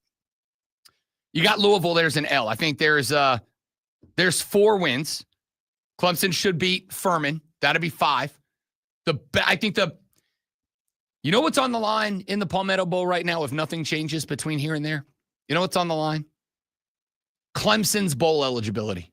That's going to be the only stakes in that game. Is Clemson bowl eligible? Or does South Carolina, who I think at that point will be ineligible, bring Clemson down to ineligibility with them? That's it. That's it. That's the only thing. I got nothing else.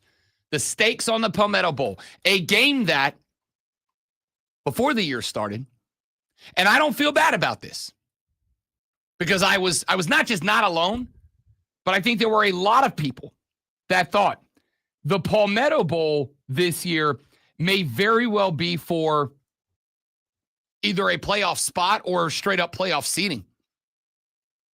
That was the belief coming into this year. And I will say right now that while I am not the guy who blames everything that is happening with a football team entirely and exclusively on a head coach, I think there are a lot of times that head coaches take crap for stuff that at the end of the day ain't on them, or at least isn't directly on them. I think what's happened at these 2 schools right now, 100% I put at the feet of their 2 head coaches. I do. What is happening and what is going wrong in South Carolina isn't a freaking mystery. It's not an enigma. It's not a question mark. I can say as a straight up statement what is going wrong in Columbia, South Carolina. It's just as a statement. Clemson's a little bit more of an enigma, but like not a deep one to me. Kane is on the chat, and he said, for clarity, what evidence is there that shows Garrett Riley is handcuffed? The answer I gave Kane during the break, and if you'd like to join us on our live stream where we do have conversations off the air, you can do so at The Fan Upstate on Facebook, on Twitter, and on YouTube. The Rob Brown Show on Facebook, YouTube, and Twitch. Kane said, for clarity, what evidence is there that shows Garrett Riley is handcuffed? And my answer to Kane was, go look at the Clemson offense dating back to I don't know. Go back, Gail, go back to the last championship. Go back to 2018 and look at it. It's the same offense. There's a couple of wrinkles here and there, but it is the same offense. And it doesn't change. It doesn't change based on the quarterback. It doesn't change based on the wide receivers. It doesn't change based on the running backs. And if it hasn't changed since Tony Elliott left, then what's the variable, right? Like this is scientific method applied to football. The way that you do a scientific experiment is you run the experiment and you try to isolate the variables so that you can figure out which variables are impacting which parts of the experiment. You run through the experiment with a control group so you can see what the natural outcome is, and then you run through the experiment and you isolate and change the variables so that you can figure out which variables control which parts of the outcome. There is one constant variable in the Clemson football program. One, and it is Dabo Swinney. You've changed offensive coordinators. You've changed defensive coordinators. You've changed position coaches. You've changed quarterbacks. You've changed this. You've changed that. There is only one constant, and it is Dabo Swinney. So, if the offense has looked the same dating back to Tony Elliott, then at which point do we have to say it's got to be him? It's got to be him. When Tony Elliott left, when Jeff Scott left, we blamed it on Brandon Streeter. We said, "Oh, it's Brandon Streeter. That's the problem. He's trying to be Tony Elliott." I remember the criticisms well. I was here. We were on the air. And I don't know how many text / call / email / tweets / Facebook posts / whatever I got from Clemson fans that said Brandon Streeter has to stop trying to be Tony Elliott. And then you moved on from Brandon Streeter and you went to Garrett Riley. And it's the same thing. At some point, we have got to believe Dabo Swinney when he said, "We're not running Garrett Riley's offense. Garrett Riley's running the Clemson offense." And I brought that up at the time that comment got made. I brought that up at the time. And I said, you know what my biggest concern is? My biggest concern is he's being honest. That was my biggest fear. He's being honest. I've seen a lot of comments on the internets from Clemson fans that are like, we got to fire Garrett Riley. Guys, it doesn't matter. Garrett Riley, do me a favor. If you don't believe me, go look at the offense that Garrett Riley was running when he was at TCU. Go look at the offense TCU was running when they made that run to the Natty. Go look at the offense Garrett Riley ran at TCU. Then go look at the Clemson offense the last 2 seasons. And please tell me that it's the same thing. Please tell me that there's even a shadow of what Garrett Riley did that made him the most sought-after offensive coordinator hire in I don't know how long. Find shades of it. Shades of it. Because it's not there. I believe him when he said, we didn't bring Garrett Riley here to run the Garrett Riley offense. We brought him here to run the Clemson offense. It's the same offense. Which means that the only variable that matters here is Dabo Swinney. That's it. That's the only thing that matters. Texter said, Rob, for South Carolina, they are a victim of a hard-ass schedule and bad luck. Dabo is the reason Clemson is losing. Texter, respectfully, no. I'm not going to disagree. South Carolina does have, and I quote, a hard-ass schedule, end quote. You are correct. But as I've said a few times, it is not that you are losing. To be honest, if South Carolina was playing good ball and they were just losing to good teams, I'd have no problem.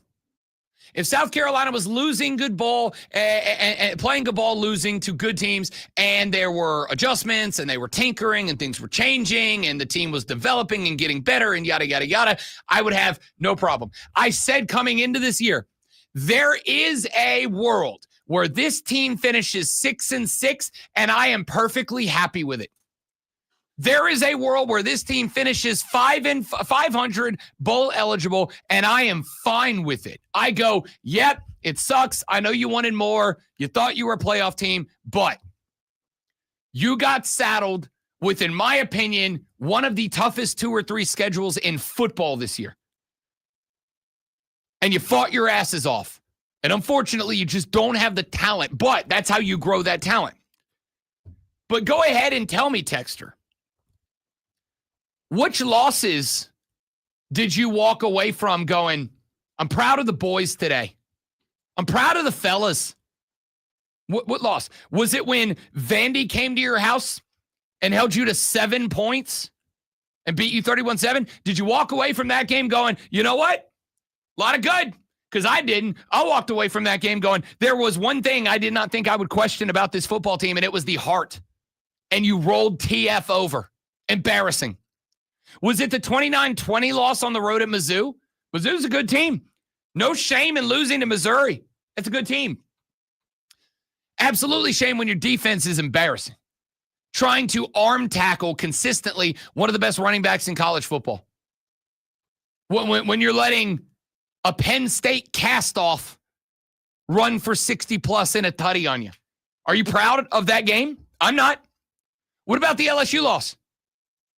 There was no need to lose that game. None. Not at all. 0. Not at 9. You shot yourself in the foot. You killed yourself. Play calling was ass. Effort was booty cheeks. Nothing good about it. Are you proud of that loss? I'm not. What about this weekend in Oklahoma? You were in a fight for a half. And then what happened? Play calling was garbage. Offensive line was garbage. Defense got exhausted, was garbage. Texter, which of these losses would you join me on the it's not that you lost, it's how you lost bandwagon? Which of these losses would you look at and go, yeah, we lost that game, but I was proud of the way the boys played? Because I'm going to tell you the answer for me is 0 of them. 0. 0 of them. I might give you the boys played hard, but they were set up to fail. That's the best I can give you. So for me, we are in a weird spot where the struggles of both Clemson and South Carolina, I put them squarely at the feet of the head coach. I put them squarely at the feet of Dabo Swinney, squarely at the feet of Shane Beamer, which is why I think the press conferences for both of them after their losses this weekend were kind of frustrating. A reporter who's probably making $40,000 a year said to Shane Beamer, are there any thoughts about changing anything? And before he even finished the question, we made changes, Jack. We made changes, Jack. You go, what? Yeah. What about the play calling? We made changes. I have hope. We made what? What gives me hope? We practice hard. I got news for you, my dude. If you practice hard punching yourself in the groin, it's still going to hurt. Stop. Do something different. All right, we'll talk more about this later. We do have a lot more to get to. ALCS Game 7 just around the corner. NASCAR Playoff 4 has half of its field filled up. We'll talk about that and a whole lot more. Some of those things are going to be mentioned when Lonzo, who is the only consistent variable of the sports flash being 5 stars, gives you a sports flash. Shane Beamer should start speaking like Belichick. Classic Belichick. The AP Top 25 dropped yesterday with the Ohio State Buckeyes remaining on top. Indiana jumps to number 2. Texas A&M is number 3 ahead of number 4, Alabama, and number 5, Georgia. Oregon and Georgia Tech are 6 and 7, while Ole Miss dropped 3 spots to 8. Miami fell 7 spots to 9, and Vanderbilt jumped 7 spots into the top 10. The ALCS is headed to a Game 7 after a 62 Toronto win over Seattle last night. Rookie Trey Yesevich went 5.2 innings and was hit 6 times, but gave up just 2 runs, ending 3 consecutive innings with double plays. Vladimir Guerrero Jr. hit his 6th homer of the postseason. And Florida has fired head coach Billy Napier in the middle of his 4th year, one day after a 23-21 win over Mississippi State. So you win and then you lose, apparently.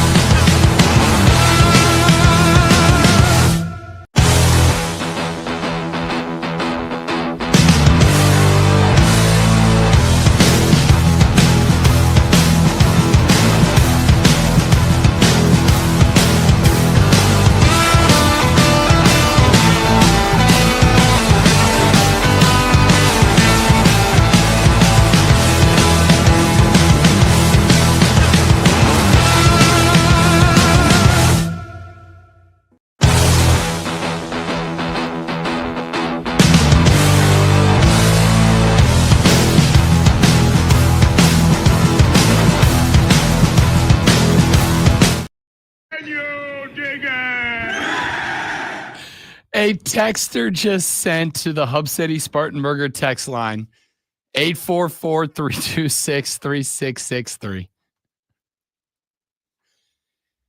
It's gotten so bad, Clemson fans and Gamecock fans don't even feel like making fun of each other.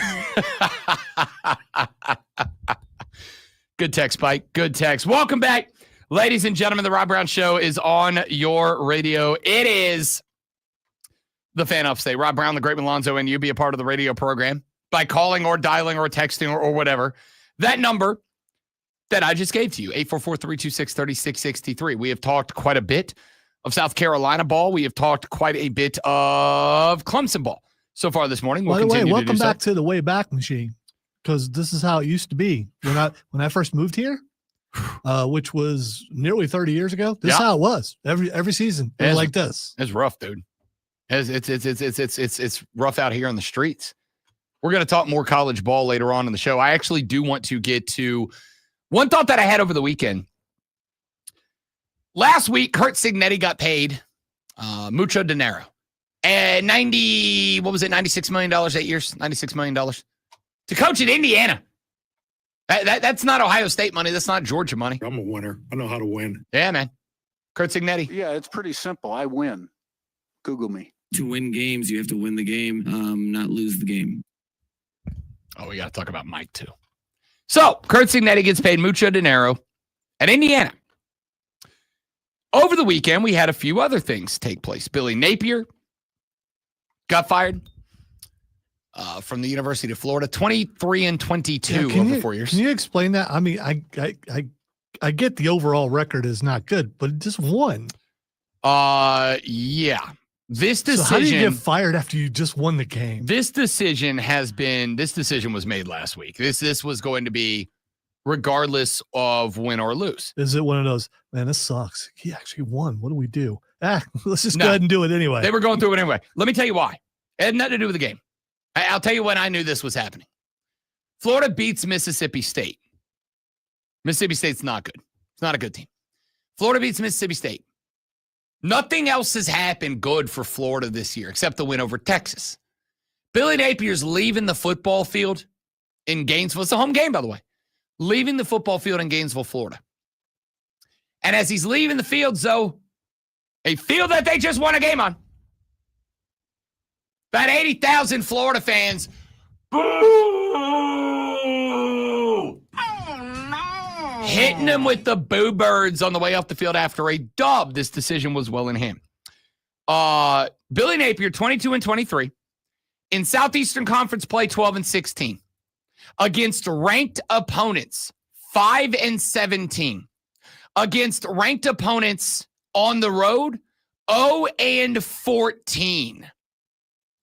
Against Florida State, Georgia, LSU, Miami, and Tennessee, 3-12. That's their rivals, their primary and secondary. Florida State, Georgia, LSU, Miami, and Tennessee, 3-12 against those schools. The fewest wins by a Florida coach in those rivalry games dating back to 1930.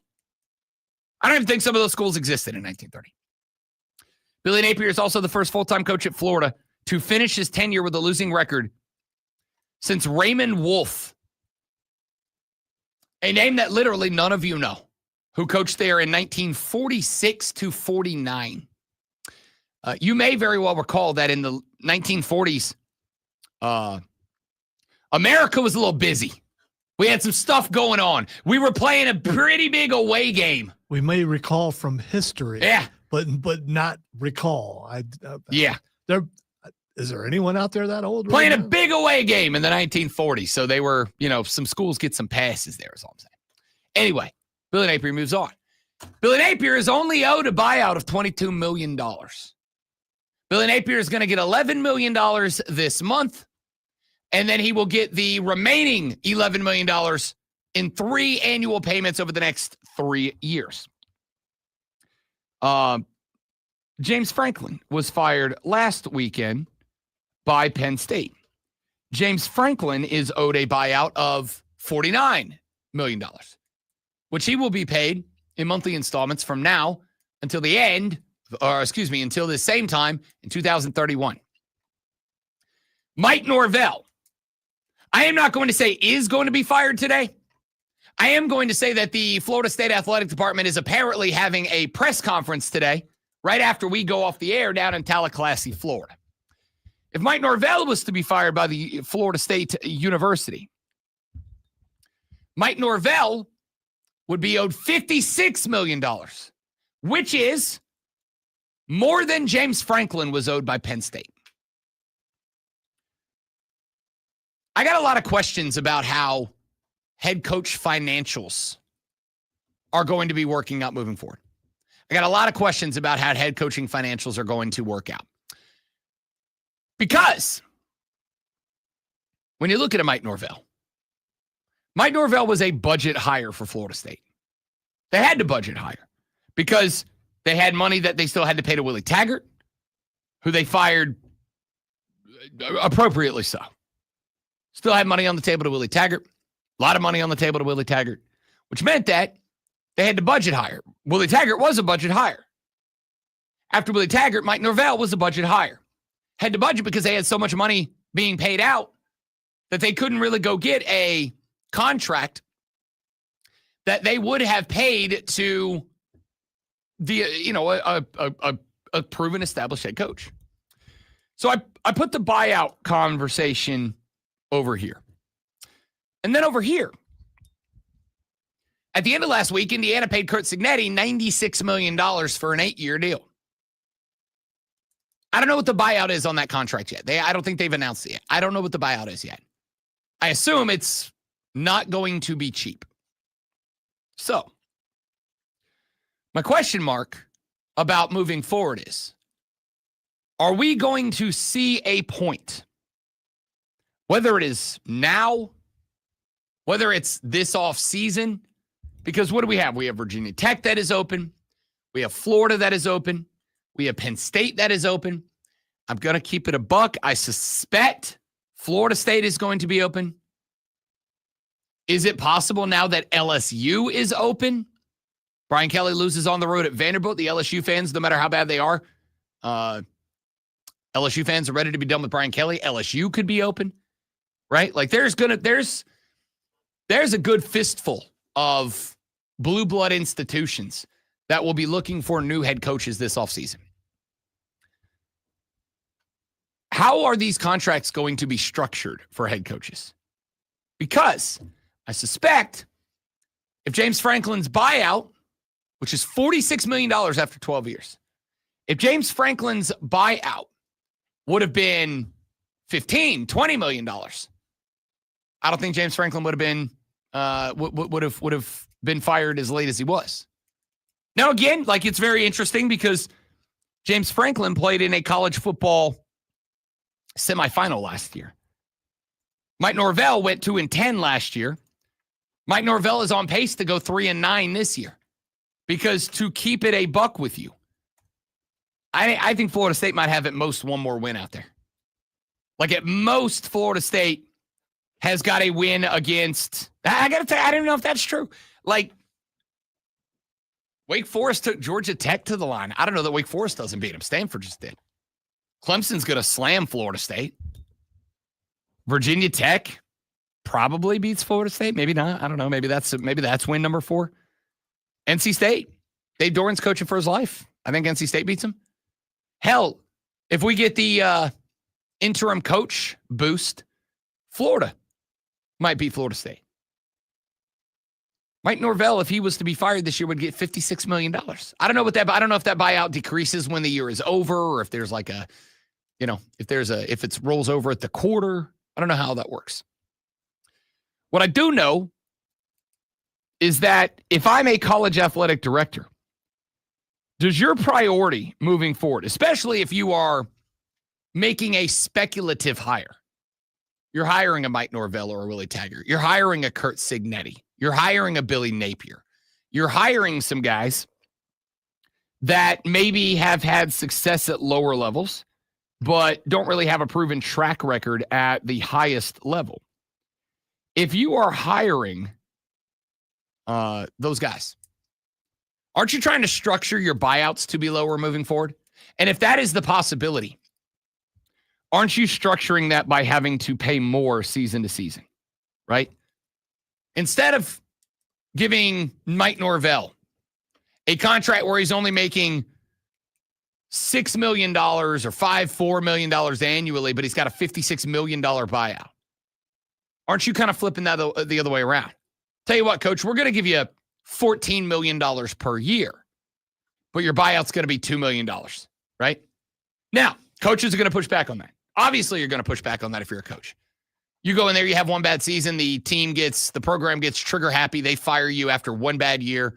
You want as much money coming to you as you can possibly get. But at the same time, basically what you're doing is you're saying, all right, coach, we're going to bank on you not being good. And you're going to bank on you being good. Because if you go and you have that Mike Norvell year, cool, we're going to take you from $14 million a year to $17 million a year. But the buyout's going to stay the same. The point is, the coaching financials are very interesting right now.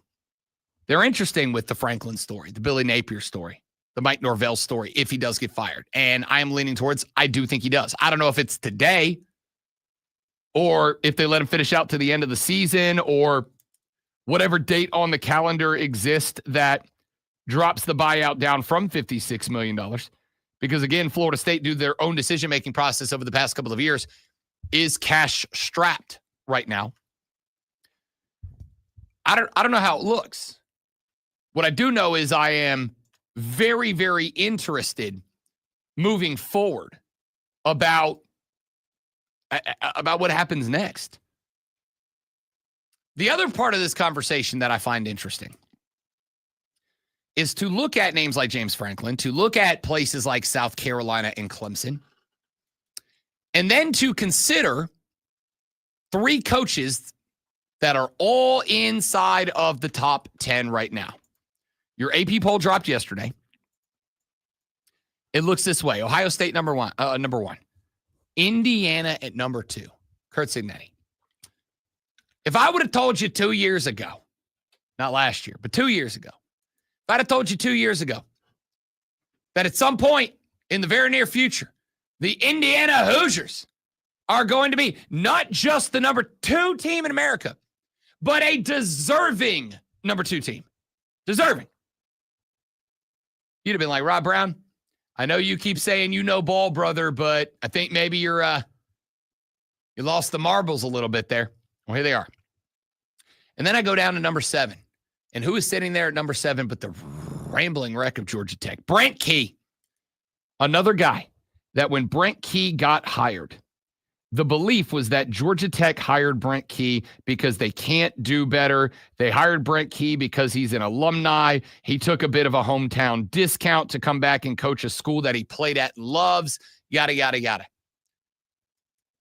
Turns out Brent Key's a football dude. Remember that preseason when I said, hey, y'all, Georgia Tech's going to be an ACC championship threat this year? And everybody went, come on, Rob. I know you like Brent Key, but come on, dude. Come on, bro. Come on. Here we are. Brent Key, football dude. And then there's number 10, Clark Lee, and the Vanderbilt Commodores. If I'd have told you 2 years ago, the Vanderbilt Commodores will not just be a top 10 team, but a deserving top 10 team. You'd have said all the same stuff I said you would have said a minute ago about Georgia Tech. Rob Brown, you absolute lunatic. You've lost the plot, my guy. Here we are. So why is that interesting? It's interesting because Curt Cignetti just got paid $96 million for 8 more years. You think Georgia Tech's going to find a way to dig down deep and come up with a similar contract for Brent Key? I think the answer is yes. They're going to send out an email to all those hell of an engineers that they've got around these great United States of America, and they're going to say, listen, we know that because you're a pocket protector wearing nerd, you don't care about football, but this helps Georgia Tech. So, hey, nerds, who run the world, nerds, can you all send us like a $500,000? You can all come off a $500,000. You're nerds. Give us a $500,000. And they are going to ask all the nerds to send them a big old fat stack paycheck. And the nerds will, and Brent Key's going to get $100 million. Nope. And then there's the Vanderbilt Commodores. Not a big fan base, but a successful one. They got all that Nash Vegas money, baby. They're going to reach down into those record companies right there in Nashville, Tennessee. And they're just like, hey, if all you fancy country music artists could all send us about $1 million, I think we'd be all right. You're more Johnny Bravo than you are Elvis. About a lot of peanut butter sandwiches there. Y'all all send us about 1% of your royalties, you country music artists. And the Vanderbilt Commodores, they're going to slip Clark Lee a check for about $100 million. That exit devolved real fast. Clark Lee's going to get that money from Vanderbilt. Now, that is not to say that perhaps a James Franklin getting fired at Penn State doesn't open up Penn State to say, we'll give you $150 million for 10 years. Brent Key, Georgia Tech can't do that. They can't do that. But the question mark is going to be, where is the balance, to take us back to the beginning of this conversation? Where is the balance between annual salary and buyout? Because you can say, Brent Key, we'll give you $150 million to leave Georgia Tech and go to Penn State. Like, tell me Brent Key doesn't fit the culture of Penn State. Blue collar, working man, we're down there in the coal mines, y'all. We're getting down and dirty. Physical football here at Penn State University. That's Brent Key. So they go, Brent Key, we'll give you $150 million to come on down and coach at Penn State. Or I guess come up and coach at Penn State. That's how directions work. But that is a lot of money. So what we're going to do is we're only going to give you like a $5 million buyout. $5 million buyout. If you're Brent Key, what do you look at? If Georgia Tech goes, we'll give you $100 million and it's a $50 million buyout, or Penn State goes, we'll give you $125 million, but it's $5 million buyout. I'm sticking around, right? Georgia Tech shows me they're all in with the money. I'm sticking around. So when I put all these things together, I'm at a point now where I am starting to lean towards, I don't think the narrative that the little baby schools can't do it is true anymore. Indiana's the number 2 team in the country. Georgia Tech's the number 7 team in the country. Vanderbilt's the number 10 team in the country. Texas Tech would be probably, I think, the number 2 team in the country, except they lost only because their starting quarterback was out. South Florida is the number 18 team in the country. Louisville is the 19 team in the country. It won't be common, but the little teams can do it now if you can find the money. And I think the way a lot of these schools are going to find the money is by asking the coaches to bet on themselves. We're not going to give you a $56 million buyout like Florida State gave Mike Norvell, but we will give you $110 million for 5, 6, 7 years. If you succeed, you're going to make more money than anybody else. If you fail, it's on you. And I think at some point the coaches are going to have to find that balance and say yes to that. I'm intrigued, man. This whole thing could be real interesting. But that's, by the way, does that not kind of take the excuses off the table for a team like South Carolina? Because I got to tell you, it feels like it does for me. Back after this on the Rob Brown Show in the Fan Upstate.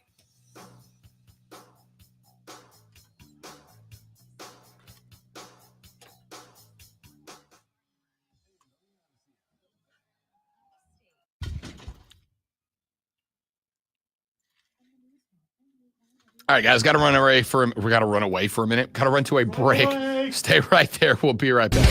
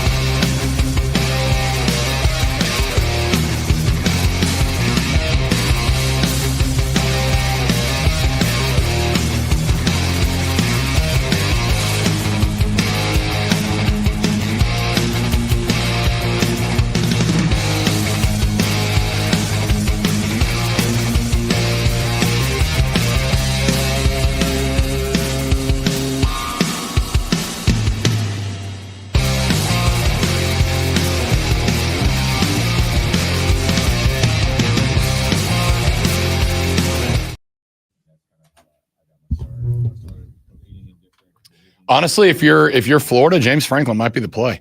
You know, James Franklin can get your team into a good spot. You hire him for like a 4-year contract. Let him get everything fixed. He said he was shocked. There you go. I mean, some people see it coming. Yeah. Well, I mean, some people coach the Dolphins and still have a job, and that's surprising every day when he still has a job. He is trying his best to not be there. And they're like, no, we're going to keep you another week.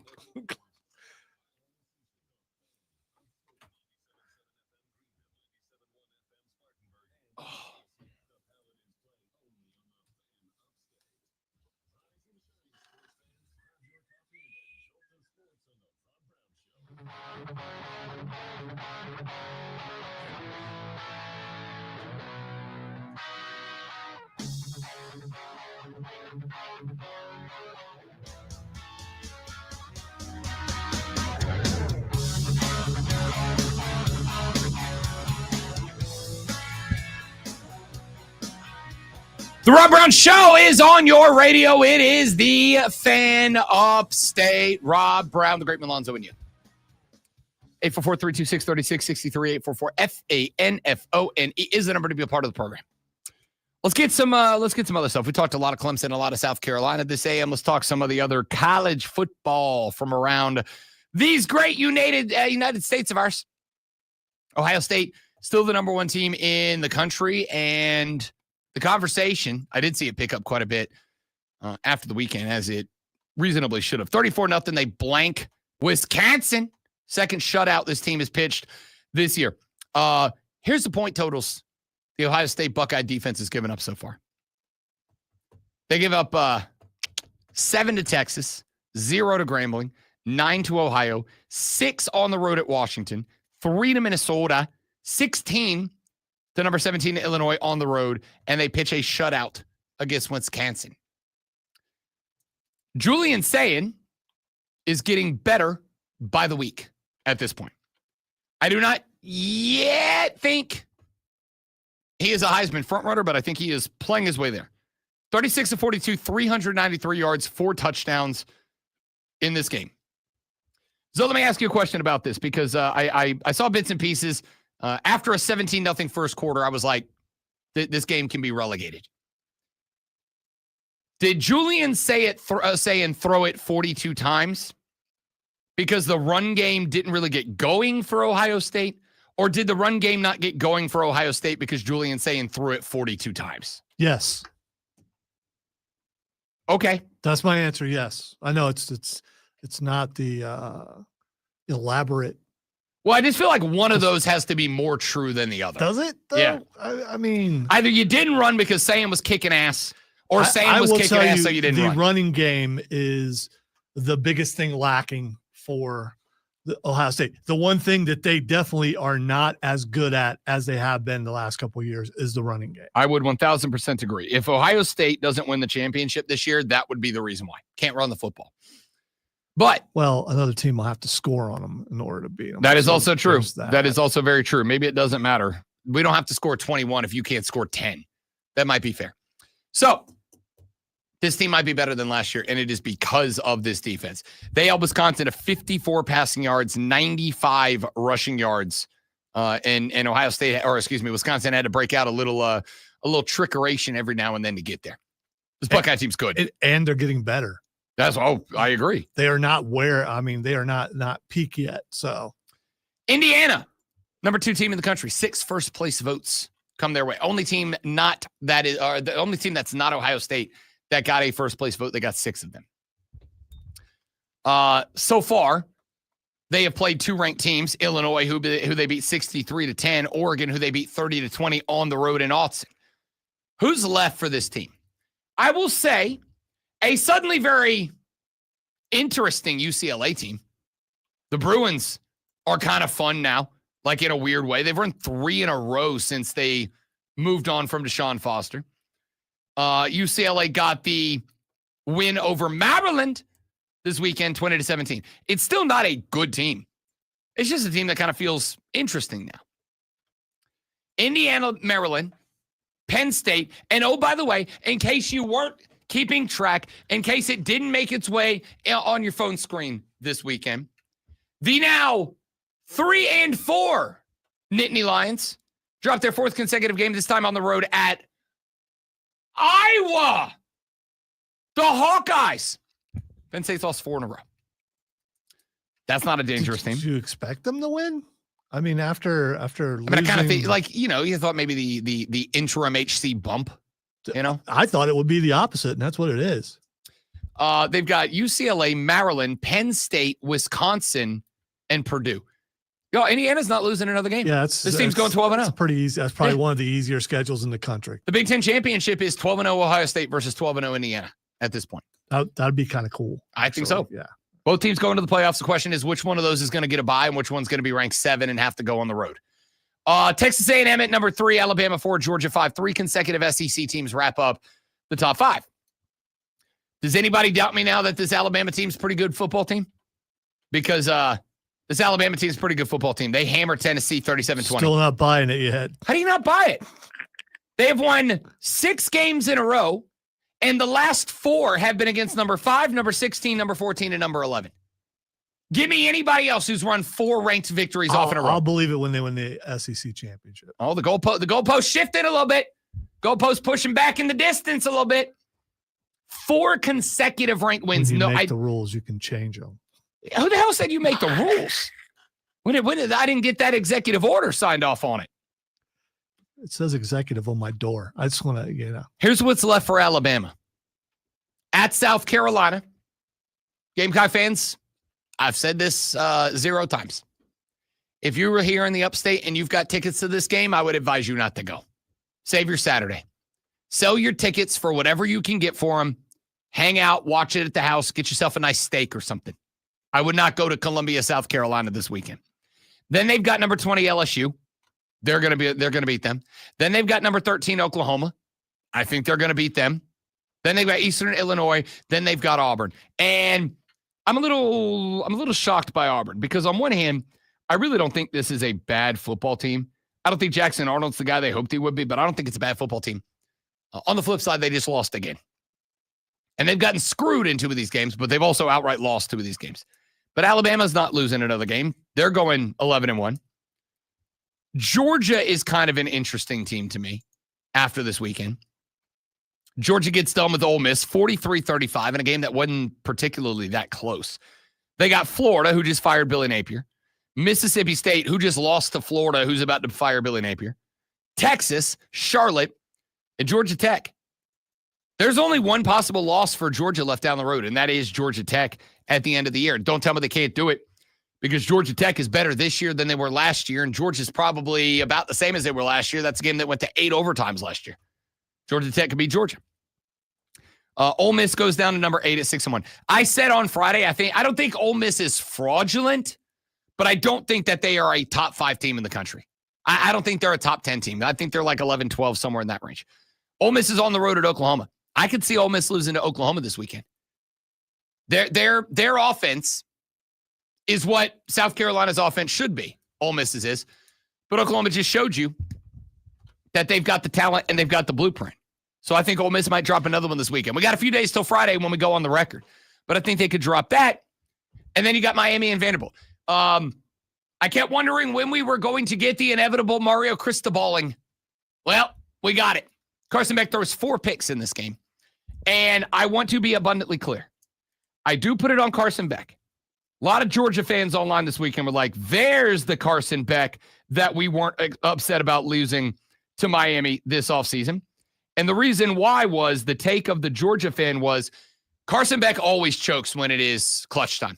Like he always chokes when it's clutch time. This game, to me, kind of felt like it was Miami's last chance to lose. Like it was the high-pressure situation. Because after Louisville, Stanford, SMU, that one's on the road. Maybe it feels a little different now. Syracuse, NC State, Virginia Tech, and at Pitt. Like there wasn't another game that this team would lose. So, with that being said, I'm shocked by this, but not that shocked. Because the reason, in my opinion, that Miami lost to Louisville was not just that Carson Beck was not good in a game they needed him to be good. The reason is why Carson Beck was not good. And the reason to me was Miami came out and they tried to bog this game down, which, again, I said, like, if you're playing Miller Moss in Louisville, that's how you win that game. You bog that game down. You slow that game down. You keep Miller Moss on the sidelines. Well, they came into this game trying to bog this game down, trying to slow it down. And once you got into the second quarter, trailing by a tutty, you were down 4 at the half. Louisville comes out, finds a field goal in the third. Close game. Miami at that point had slowed the game down so much that they couldn't find the accelerator again. They couldn't find the throttle up. And so they got Carson Beck out there pressing with an offense that was not in a rhythm and routine at that point. It cost them the ball game. Welcome to the annual Mario Cristoballing. Vanderbilt's good, 6-1 and number 10. When we come back, John Blau of the Post and Courier covers the Clemson Tigers. We'll find out exactly what the hell went wrong this past weekend for the Clemson Tigers. That's next on the Rob Brown Show on the Fan Upstate.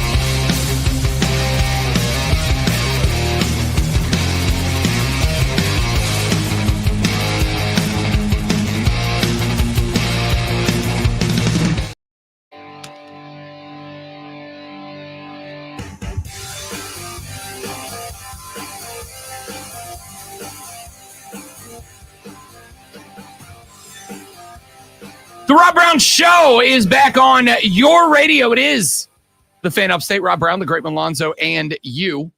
Joining us now on the radio program, as he is kind enough to do every Monday at 8:40 a.m. He covers the Clemson Tigers for the Post and Courier. John Blau joins us here on the show. John, Clemson falls 35-24 to the SMU Mustangs. No Cade Klubnik because of that ankle injury.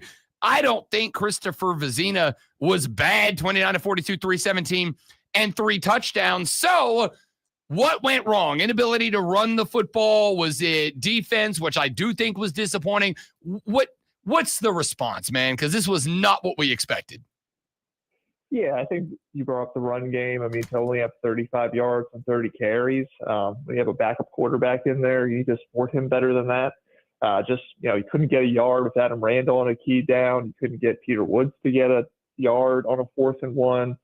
Just those things were disappointing. Obviously, I wouldn't say Christopher Vezina was the reason they lost, but I do think the offense was a little slow out of the gate, even in the passing game as well. This is the second to worst pass defense in the NCAA. It just felt like it took him a little bit of time to get settled in, but he eventually did. And then defensively, I mean, you look at the first half, I mean, they, other than one really bad coverage bust, they give up that 70-yard touchdown, 3 field goals they give up in the first half. So the defense didn't play terrible. It just felt like towards the end of the game, I don't know if they lost steam, got tired, or just lost focus, discipline. SMU seemed to get outside of them a bunch, get on the perimeter, pick up some big gains, and yeah, it's just too steep of a hill to climb there for Christopher Vezina, even though, again, they did chop it to 5 points with 6 minutes left in the game. So, just obviously, like you said, disappointing. This is supposed to be a really good Clemson team. It continues to go in directions that nobody really expected at the beginning of the year, but this is where they are. I know it's frustrating. I know Clemson fans are asking a lot of questions about it, and I do want to get back to the X's and O's, but we played a clip from Dabo's press conference, and I said, John Blau, I think it was the first time, despite everything that's happened this year, some of the other disappointments over the past 2-3 years, it sounded like the first time that Dabo sounded down about it, right? Like, I know he was, I promise you we're going to win more championships, and, I'm working harder than I've ever worked before, but to me, and maybe I'm reading too much into it, maybe I'm making a big deal out of nothing, John, but it really felt to me like it was the first time that it felt like Dabo is being impacted in a really negative way by what he saw on the football field. Yeah, I would say Syracuse is worse. I mean, I know that feels like eons ago because just how long the season's been. But yeah, that Syracuse game, he felt like he was completely beaten down. It just really stunned, like I think everybody else was. SMU, yeah, I mean, I think he, I don't want to use the word resigned because I don't think he's resigned to it, but I think just I think everybody's kind of aware where this season is. It just kind of is what it is at this point. I know, again, I remember going into the Syracuse game, he's talking about, everybody thinks we're going to lay an egg and stuff, but I don't think so. And I mean, at this point, the egg's almost been laid. And so I just think, it kind of is what it is. There's only so much he could say. And again, you're referring to the one quote where he's talking about, I think he was responding to a question about what would he say to the fan base. And it's not much I can say is what he said, but we're going to win more championships. And so he brings that optimism back in. But I think, as far as the overall tone, I think it just, I think he even said it himself. It is what it is. And they are where they are. And they kind of, there's only so much he can say as far as what's happened so far this season. Yeah, I mean, I guess that's kind of part of this conversation, John Blau, is there's a lot of complaints. It is the inability to get the run game going. It is the defensive front seven, which, we were led to believe this thing's going to be full of NFL draft picks that are just not playing like that. So when Dabo says nobody's working harder, has he given us any indication about what is happening? Are there conversations about coaching changes? Are there conversations about schematic changes, tactical changes? Has there been any indication about what is going to happen moving forward? Is that being kept closer to the vest? Yeah, I mean, I think we asked those questions a couple of weeks ago. It's just in terms of whether he considers staff changes. I don't think he's somebody who wants to do that in the middle of the season. I think he even put it as you have your staff and you have things figured out and the chips fall where they may. It kind of is where it is. But yeah, I mean, I wouldn't put that out of the question at the end of the year or towards the end of the year, that you have some kind of mix up, shakeups there. But I don't think it's going to happen now. I'd be surprised if it did. As far as, I'm sure when he's talking about working hard, they're adjusting things. They're looking at personnel. They're tweaking things as far as game planning. And even mentioned after the SMU game, some things play calling wise he didn't quite like in terms of helping Vizina. So I'm sure there's things that, notes he's going to have for Garrett Riley in terms of what he wants to do there. And defensively, obviously, he's got to work with Tom Allen and that staff to get things, moving in a better direction. It feels like at times it has been. But yeah, like you're saying, I don't think the front seven has been dominant like everybody thought it could be. The secondary is probably the bigger problem. I mean, there's just a bunch of busts and just people, not sticking to their responsibilities in situations that are really putting Clemson in a tough spot. So yeah, I'm sure there's behind the scenes, there's a lot of conversation. There's a lot of, tweaks as far as, game plan and personnel and things like that. But as far as bigger staff changes, structural changes, I think a lot of those things have to happen in the offseason. John Blau from the Post and Courier joining us here on the Rob Brown Show and the Fan Upstate. We were talking a little bit earlier, John, that Garrett Riley is obviously is under a lot of fire from Clemson fans. You and I have had the conversation in the past about the paraphrasing, but comments from Dabo that Garrett's here to run the Clemson offense, not the Garrett Riley offense. And now there's almost kind of like this the civil war going on between a good chunk of the Clemson fans that feel like Garrett Riley is being handcuffed to some degree, and a good chunk of the Clemson fans that feel like the offensive ineffectiveness is on him. Where in that conversation are you? Are you on either side, or is this we just got to kind of see what happens situation for you?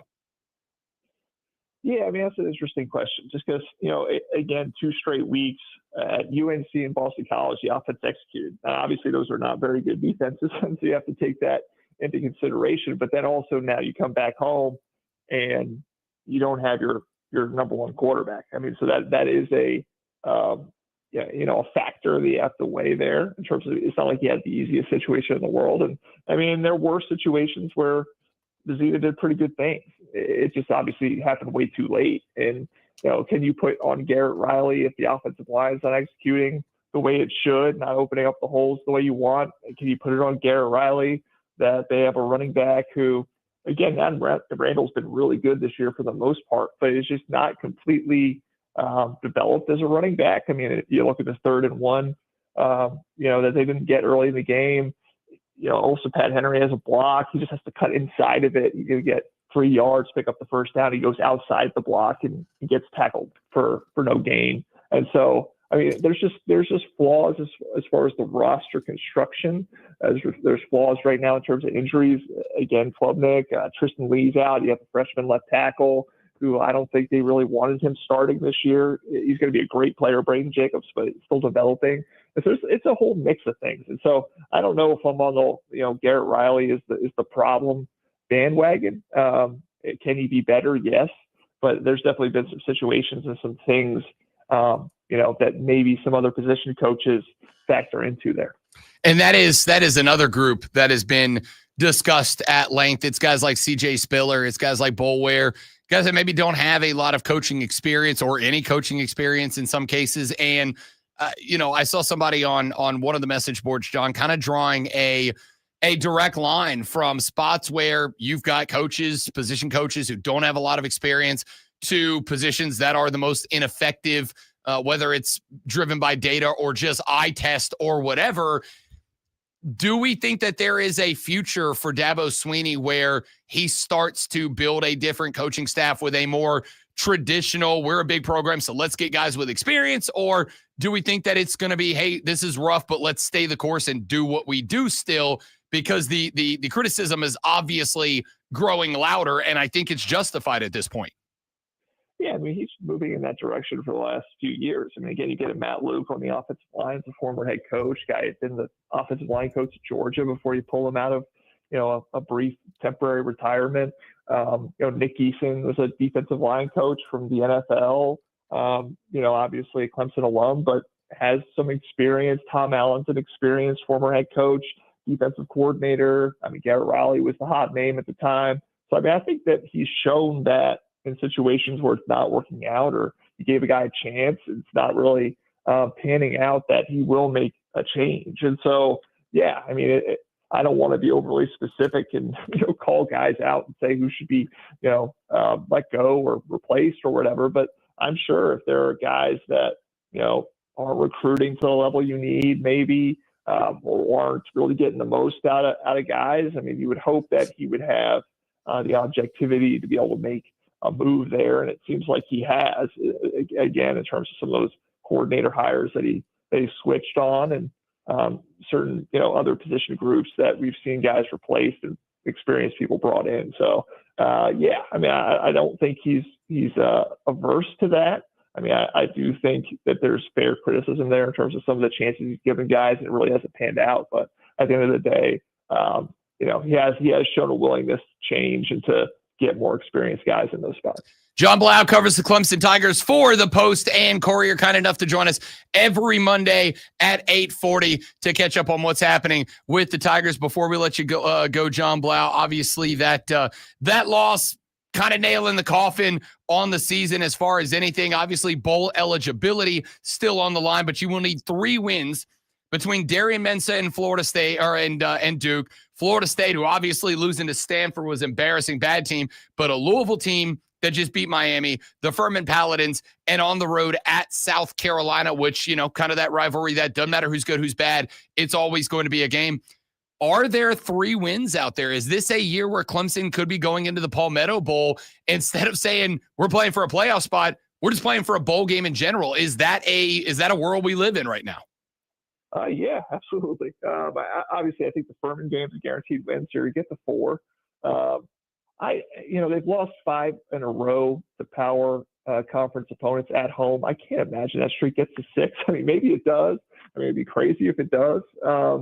And so I think that if Kate Klubnik is back, they probably beat Duke. That's my guess, but we'll see. So that's 5. And then, you got to beat, Florida State. Will Florida State have Mike Norvell as their head coach by the time you play them? And that's going to be an interesting situation. So between that and South Carolina, maybe there's 6. But I think you're looking at probably 6-6 at this point. I think you'd be really optimistic and generous to think they're going to run the table and go 8-4. It could happen, but I think you're really going to be kind of getting real close, cutting it close in terms of trying to get those 6 wins and get a bowl game for sure. John Blau covers the Clemson Tigers for the Post and Courier, my man. Appreciate it, buddy. I'm sure that the back half of this season is going to be very interesting for you, John Blau. So I look forward to catching up again next week and seeing what the hell happens next.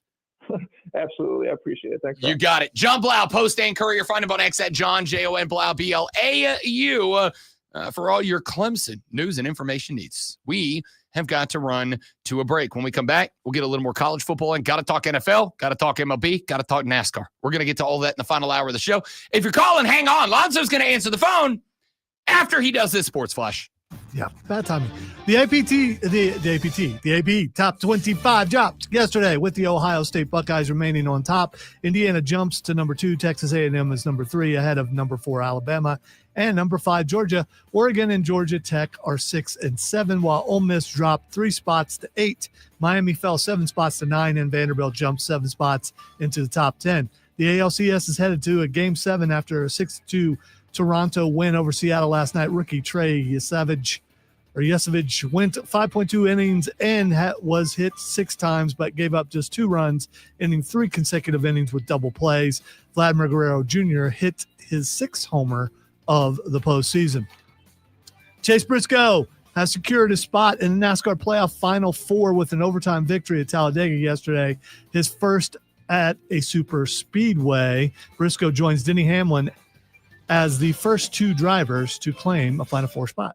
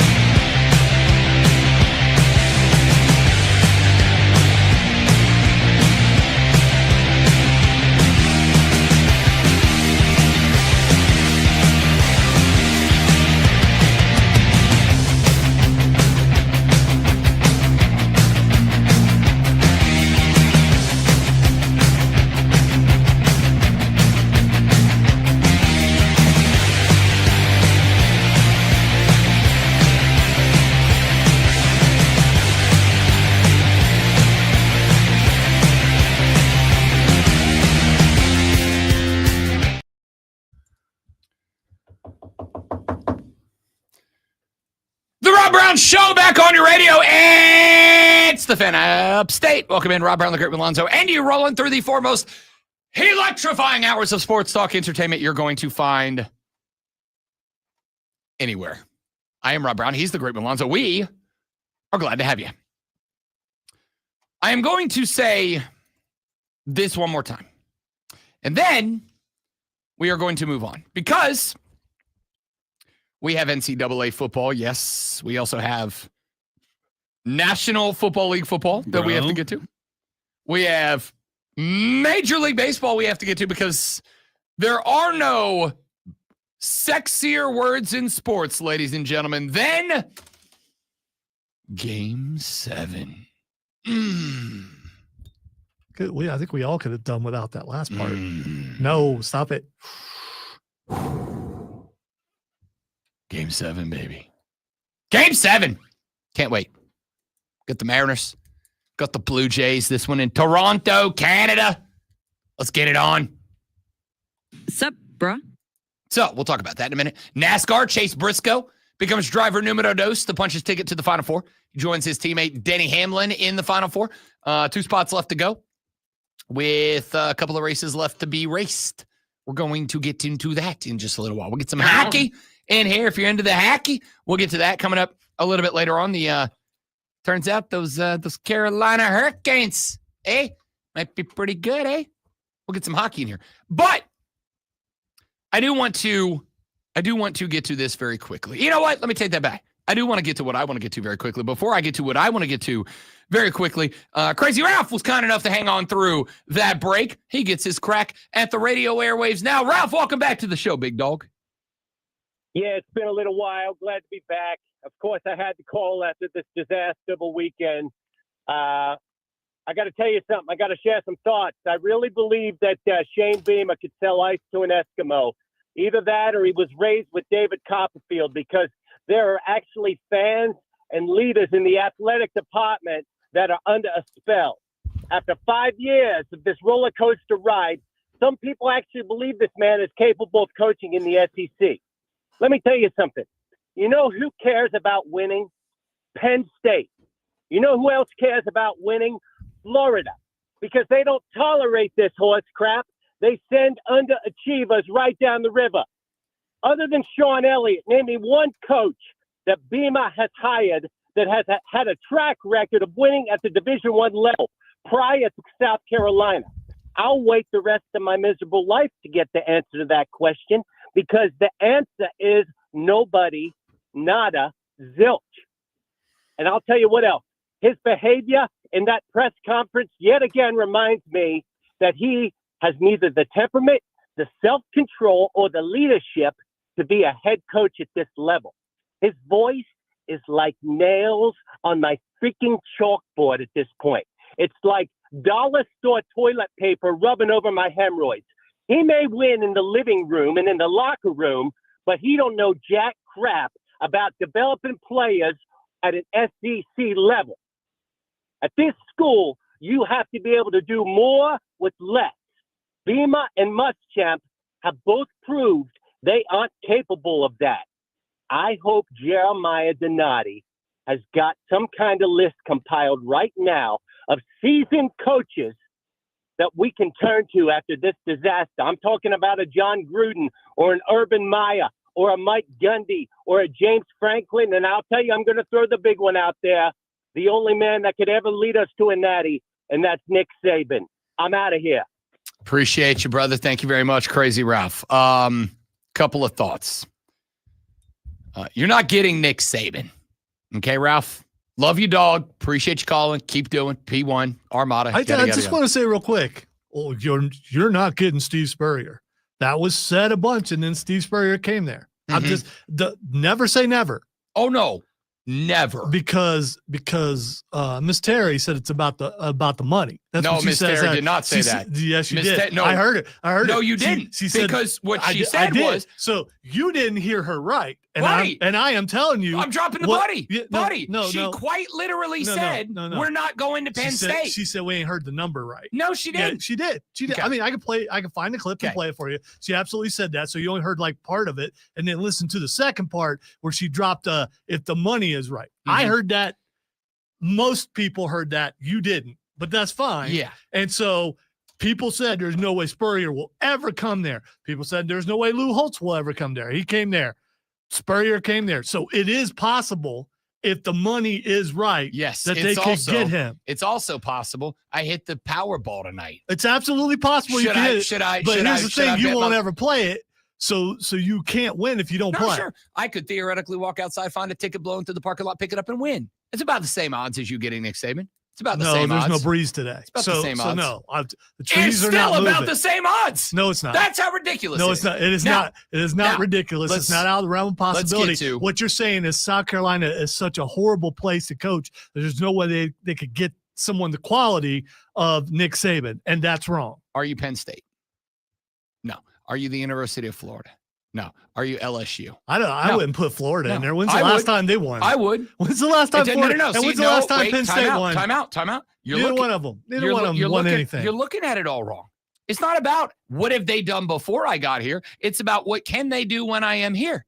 It's not about, nobody's ever gone, I'm not going there because they've never won before. If that was the case, Nick Saban would have gone to Alabama. I mean, they had won before, but in a long ass Can't time. believe you're disparaging South Carolina that way. I and that's fine. I am mean, not. that's fine. But I think we have to look around and say sometimes some entities have more than other entities. There's no shame in the so game. you're saying South Carolina doesn't have enough money to afford those coaches? Yes. That's crap. Yes. That's crap. That's Yes. ridiculous. That is not true. Would you like to go and do some research here and just pull up the athletic department budget for all those schools and let's just see where South Carolina stacks on the list? It's not about the athletic budget. It's not about the budget. No, because it's about donors and stuff like that. They'll find money. part of the budget. Yeah, That's what a they'll budget find is. money. I wish you quit doing that. That's what They the will budget find is. money. All right. So, yada, yada, It yada. doesn't sound. You should go back and listen. It doesn't sound the way you think it does on the other side. That's how Stop a it. budget works. Don't do it. You're getting ready to do it again. It sounds really, I like it. All right. Emphasis. So, let's talk about a couple Good of thing we things. don't have those mics with those ribbons in it because you had already broken those. Probably. All right. So a couple of thoughts here, Ralph, and I will actually segue this because I am a radio professional into what I was going to say here. Dewey, by the way, texted the show 844-326-3663, said the following need to be fired: Shane Beamer, Mike Shula, Dabo Swinney, Rob Brown. I'm honored to be on the Rob list. Brown, you just made the list. I'm honored to be on the list. So, Dewey, a couple of thoughts here. One of maybe the biggest problem that I have right now with Shane Beamer is exactly the same problem that I have had all year long with Dabo Swinney. The problem that I have is that they keep hiring guys who do not fill the role, and then they refuse to move on from the guys who don't fill the role to the point that they will get obnoxious in their press conference. I like Shane Beamer. Like I've said, I've probably personally, directly interacted with him about a dozen times over the past 3-4 years. And I can tell you, I've never not enjoyed it. We enjoyed having him on this show a couple of times. I enjoyed having a conversation with them at SEC Media Days this past summertime. I met him at the Greenville Drive at one point. I met him at a booster fundraising event last offseason. I've never had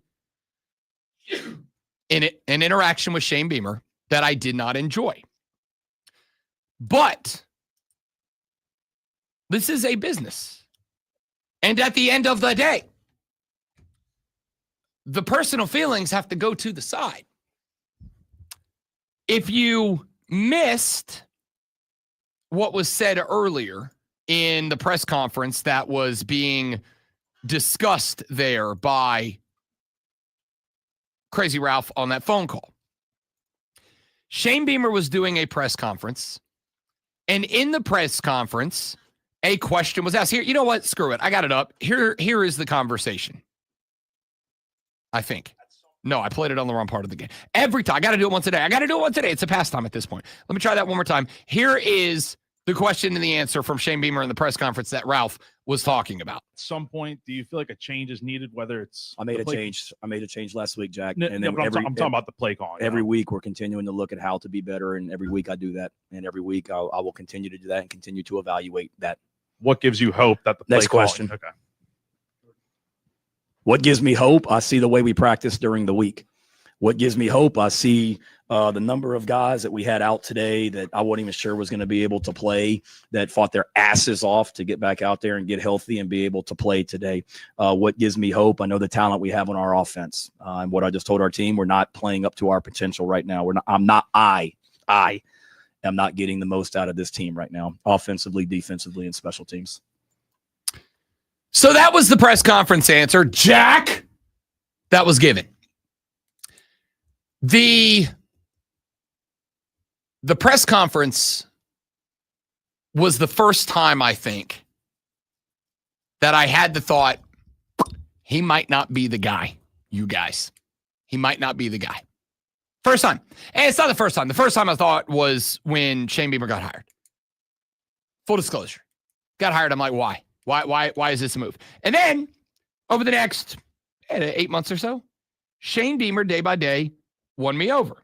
I thought the culture was good. Watching the culture get built was fun and entertaining. I thought the social media culture presence was better than most other schools. I thought there was a lot going on there. And then the expectations started to tick up. And I thought, okay, I'm good with this. I think we're headed in a positive direction.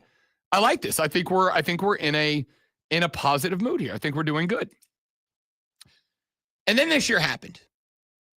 Now, at the beginning of the year, I said into this microphone,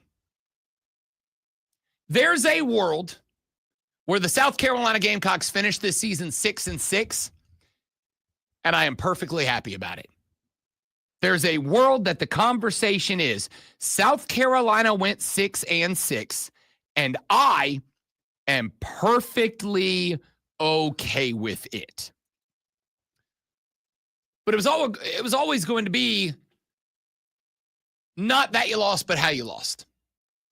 So I asked this question of a texter who shot us a text earlier in the show and said, South Carolina is a victim of playing a very difficult schedule.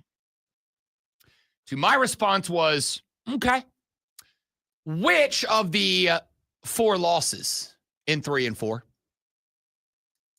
Which of the 4 losses do you look at and you go, that's a good L? Which of the losses do you look at and go, we fought our asses off, the coaches coached well, the players played well, they were just a better team? I have, for a very long time, I have told the story about my old middle school coach, Tom Grant, who one time looked his boys straight in the face and said, fellas, today you had the worst problem in sports. The other team was just better than you are. Which game do you point at and you go, I'm proud of how we played, I'm proud of how we coached, I'm proud of how we executed, I'm proud of everything. We just lost to a team better than us because it wasn't Oklahoma. It wasn't Vandy. It wasn't Mizzou. Those losses weren't losses that I walked away from and said, hey, the boys play hard. You know, they played hard. They gave it their best. They executed, and they just got beat by a better team. They're all better teams, respectfully. They're all better teams. But I wasn't like I walked away from that going, yeah, I'm good with that loss. I'm good with that loss. My wife, a diehard Gamecock fan, I don't think she's seen the end of a loss yet. Because when she feels like, and I completely understand this, when she feels like this team isn't worth my time, she walks away. And she's done that every loss. Because again, what loss are you proud of right now? I'm not proud of any of them.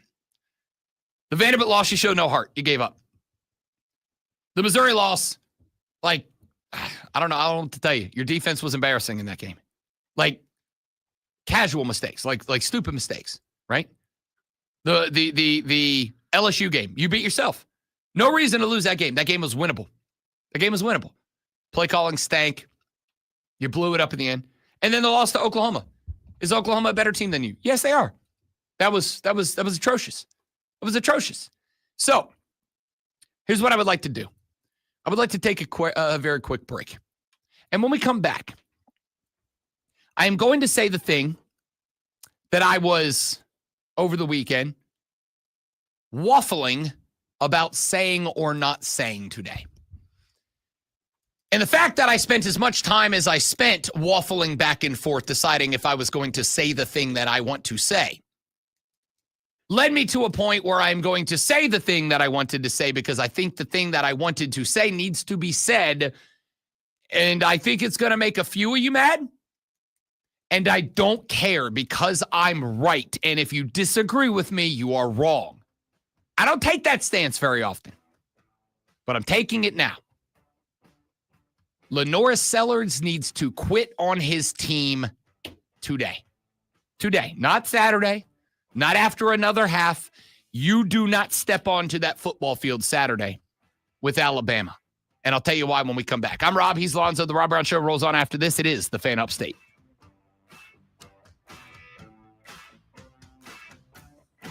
That doesn't give me a sense of hope. That makes me feel a sense of hopelessness. Yeah, like I said, first time I said I'm off the Shane train right there.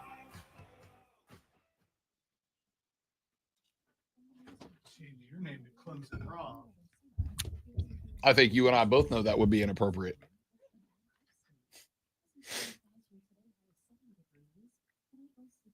All right, guys. Be right back. Stay right there for me.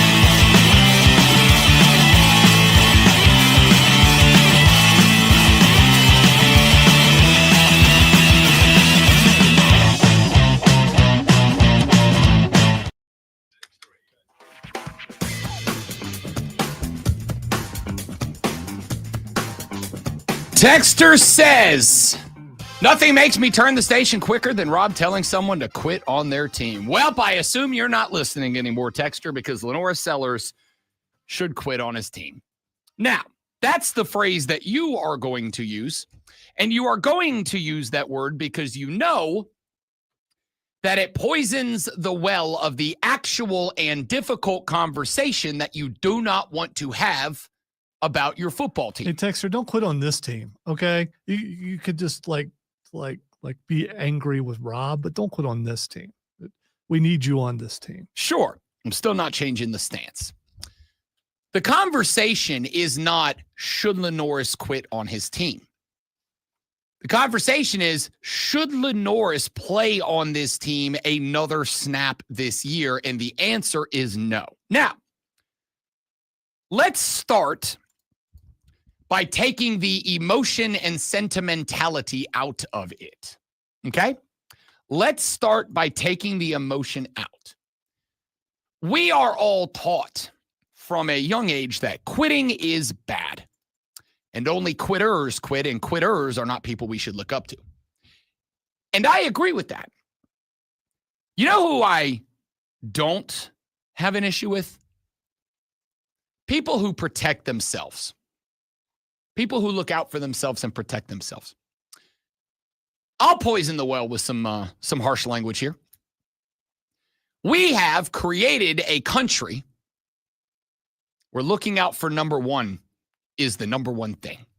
That's just where we are. Lenora Sellers is a guy that, based on his natural skill set, is very much in line for a $50+ million fully guaranteed NFL contract. If Lenora Sellers goes out behind that offensive line and lines up against the Alabama Crimson Tide defensive line, I saw what Oklahoma did to him this past weekend. I saw what Missouri's done to him.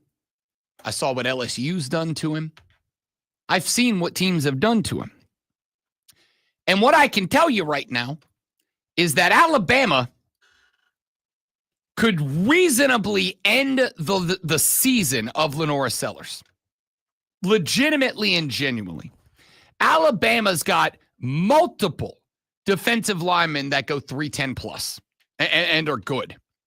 Alabama's got multiple linebackers who go 240 plus and run 4.7 40s. They've got dogs on the other side of that line. So for a young man who is in line for a $50+ million fully guaranteed NFL contract, which means even if he gets there and he plays one game and he stinks to high heavens, he's still getting $50 million out of it. And a young man who about 6 weeks ago was almost the consensus number one quarterback going into the National Football League draft next year, and now is being told, you're probably the fourth or fifth quarterback coming off the board. You're probably coming off the board around number 2021. And you might go, wait a minute, Rob Brown, hang on just uno momento here. If he goes to the NFL draft, he would still be a top 15, top 20 pick in the NFL. And I don't disagree with that. But do you know what the difference in salary is between number 20 and number 1? Cam Ward got a $48 million fully guaranteed contract this year. Pick number 21 is going to get you around $19 million. I just want to say that's a good move for him, because as bad as the offensive line is where he's at now, if he went number 1, he's going to go to a bad NFL offensive line and possibly get hurt even worse. Yeah. At 21 or somewhere around there, you're going to go to a decent team. Yeah. I would say that's worth $30 million in difference. It is if you make it to your next contract. Yeah. Which you got a better shot at doing with a better team. Or hear me out. You just go play in the NFL, you make $50 million fully guaranteed. So that's what we were. No, I agree, but I'm saying 4 years fully guaranteed. In 4 years, If your team can't get it fixed, you just move on to your next team. Name me the last. If you survive, we've seen some people. Cool. Name me the last top 3 quarterback that lost his career to injury in the first 4 years. I got none. I'm sure there's not none. What's his name? Your boy's brother. Your boy's brother. The guy who was just in New Orleans. David Carr? Yeah. Which was when? You said name you one. I just named you that's one. Fine. Okay, I said he got beat nearly to death almost every week and went nowhere. But I also believe David Carr lost his career because he was just not good. Let's see. And by the way, he was with the Texans from 02 to 06, rookie contract. Carolina, Giants for 2 years, 49ers for a year, Giants for 2 more years. So his career lasted a decade. A decade. So even still. We talking about the same car? Yes. That was David. So the point here is. You're right. Derek was the one. Derek was. Yeah. The Hall of Famer that you talked about. So anyway, back to Lenora Sellers.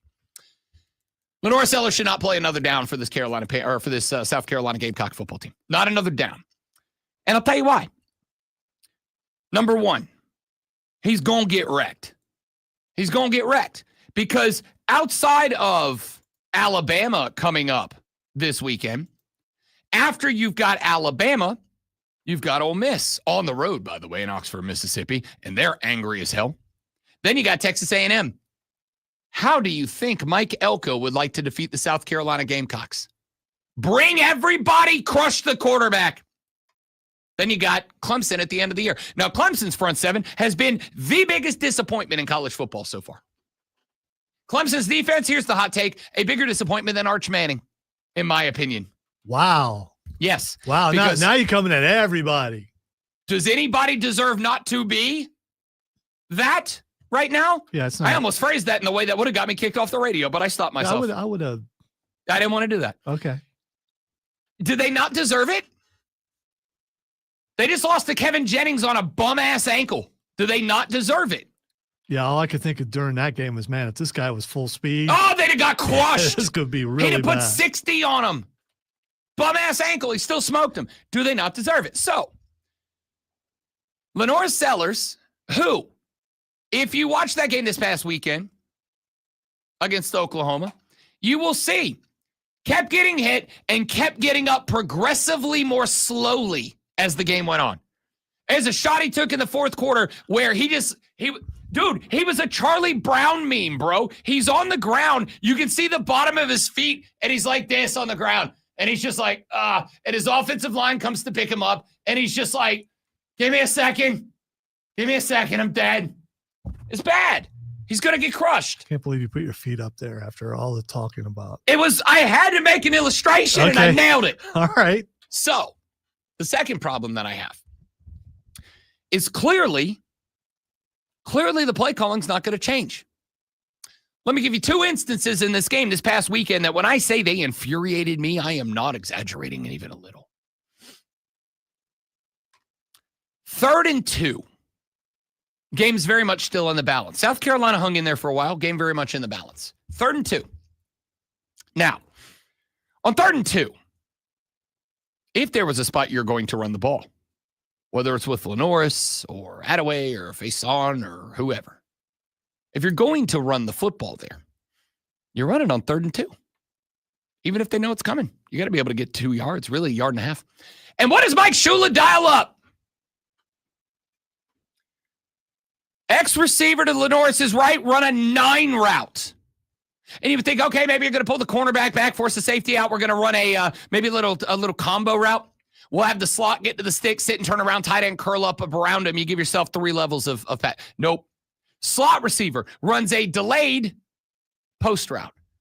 7 yards up the field, hitches, tries to draw the safety up, then sprints to the back. Left side, same thing, non-route.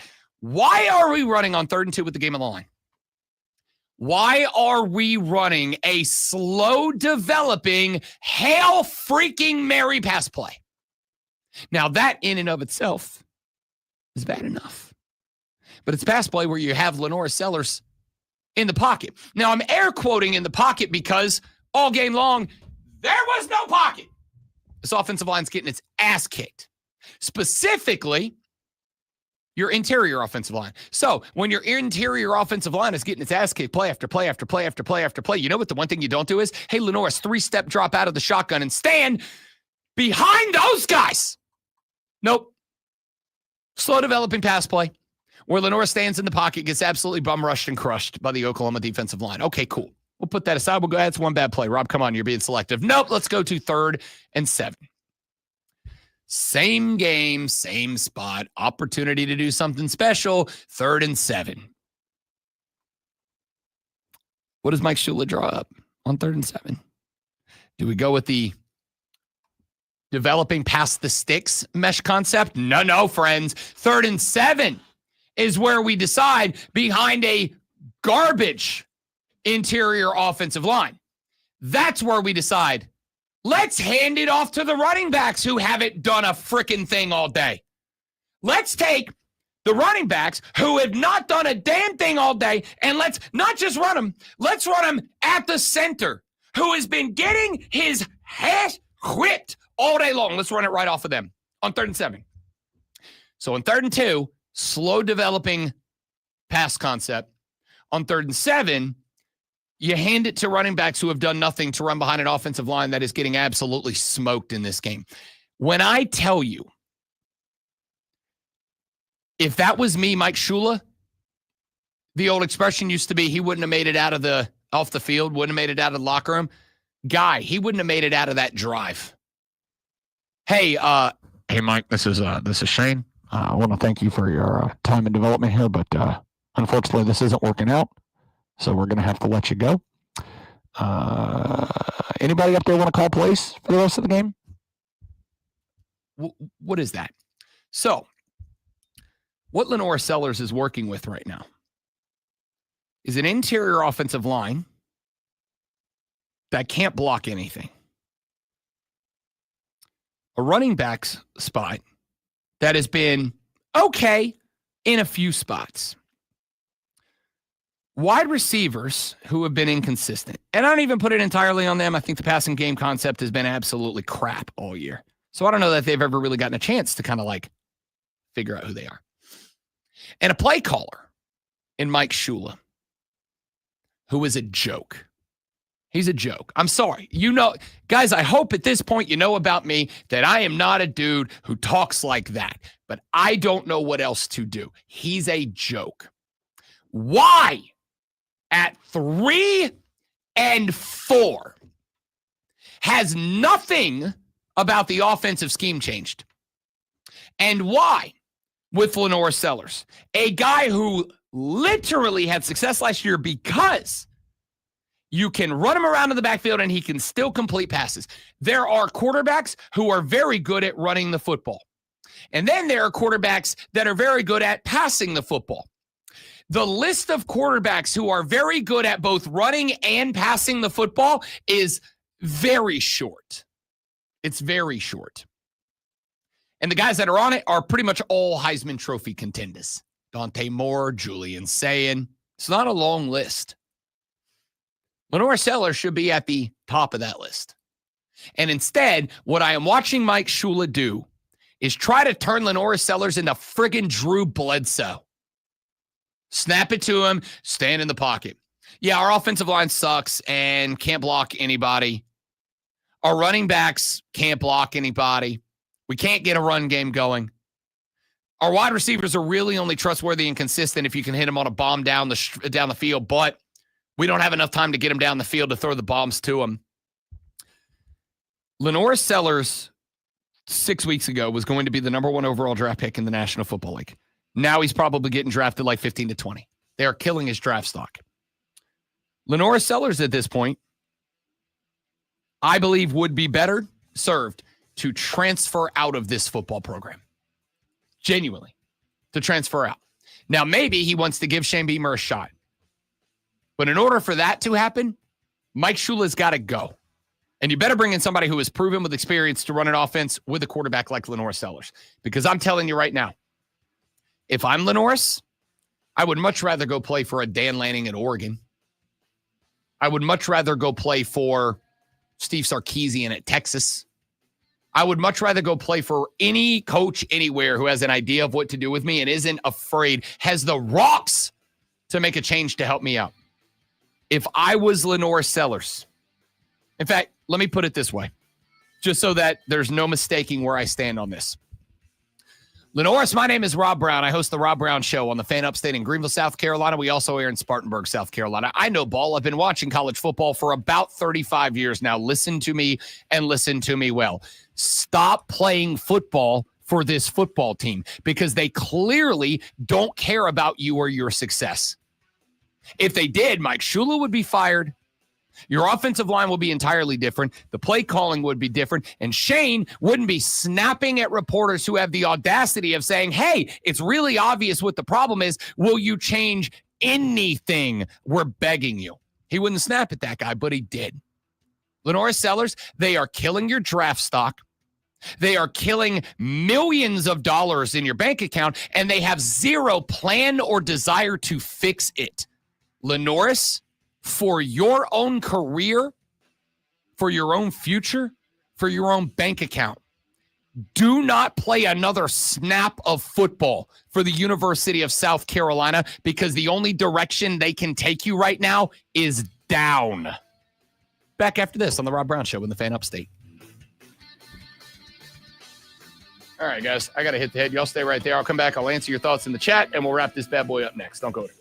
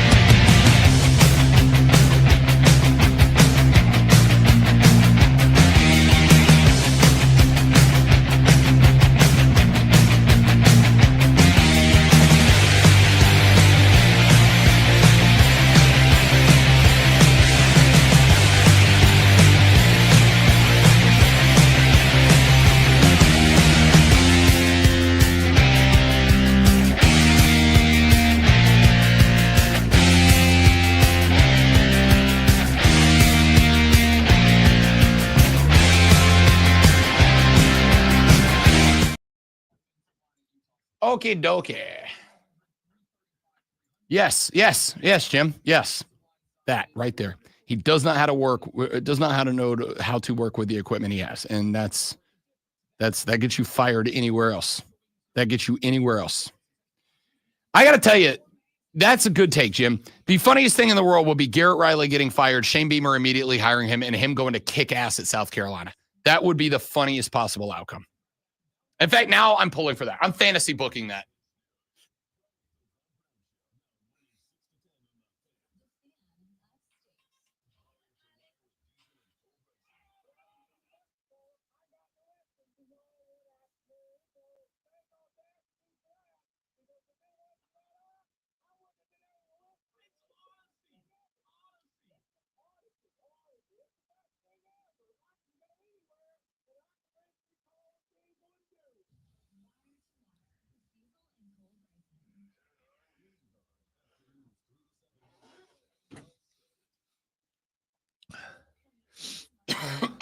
Oh, man.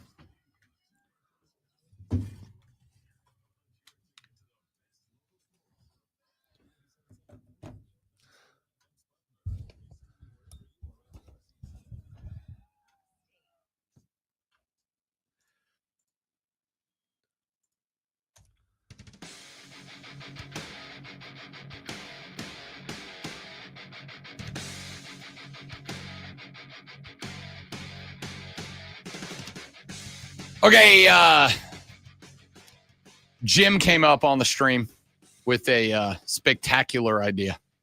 I'm fantasy booking this. Clemson fans don't recognize that it is Dabo Sweeney that is ultimately pulling the trigger at Clemson. They fire Garrett Riley. Garrett Riley immediately hired by Shane Beamer. He goes to South Carolina. Lenore sticks around because he goes, oh, maybe this guy can get it done for me. And next year, Garrett Riley and Lenore Sellers kick a bunch of ass. That's my fantasy book. That'd be incredible. All right, I got a few more things that I want to get to here on the show before we call it a day. Let's start with MLB.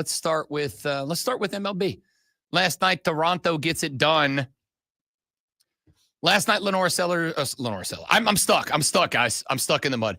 Last night, the Toronto Blue Jays at the crib win Game 6. They forced the sexiest words in sports, a Game 7 between the Mariners and the Blue Jays in Toronto tonight. What the hell was that? Was that your chair, I hope? This is a chair. Okay. Yeah. If not, I was going to tell you need a doctor immediately. Okay. Yeah, like you've never made that sound before. I mean, not loud enough I could hear it over me. So, Toronto Blue Jays get it done against the Mariners last night. We go to a Game 7, and every bit of momentum now belongs to Toronto. They are hitting the ball well. The biggest issue you're having right now for Seattle is that the starting pitching done fell apart, y'all. And I'm saying this about Seattle and Toronto. Never know when those Tourette's are going to hit you. Yeah, that might work if it was like the Braves. Y'all, the Braves pitching don't stinks. No, it's Toronto and Seattle. Pitching stinks, man. Seattle's starting pitching is just absolutely falling apart. It's absolutely falling apart. And it is falling apart at the perfectly worst time for that to happen. Because the Toronto bats are hot and Seattle's bats are not. And that's just all there is to the series. Can it get fixed in the final game? I don't know. There is one good thing last night that Toronto did, which is after they got to the 7th, they threw Bizzardo out there as a Hail Mary. Like, maybe we can get a couple of late hits and runs, make this a game in the 8th and 9th inning. Let's put our guy out there just in case. When they realized that the bats were not going to wake up and they're not going to score a run, they pulled Bizzardo. They did not throw anybody out there that is a leverage arm. All of the Seattle leverage arms are available tonight. That is not necessarily true for Toronto. They have had to go a little bit deep. Not as deep as I hoped that they would have if I was a Seattle fan last night. But the last 2 games, they have had to use their leverage arms, which means the deeper arms for Seattle are going to be a little bit fresher. So if you're Seattle, the goal is just make sure that this thing is close in the final 3 innings. If you're close in the final 3 innings, you got a little bit more ammunition out of the bullpen than Toronto does. And I think that would be the difference in this game. It's not going to matter if Toronto comes out, jumps the gun, and gets up way early. If that happens, if they come out, if they jump the gun, if they get up very early in this game, then I genuinely don't know that it will matter at that point what Seattle does down the stretch. So we'll find out what comes of that tonight. NASCAR yesterday at Talladega, Alabama. Was it good? Chase Briscoe claims spot numero dos of the NASCAR Final Four. This is going to be very interesting with 2 spots with 1 race left to claim them. It is interesting, A, because the 2 guys that are in already, in Chase Briscoe and Denny Hamlin, they're teammates. They're on the same squad, which means that obviously they will not help each other to beat each other.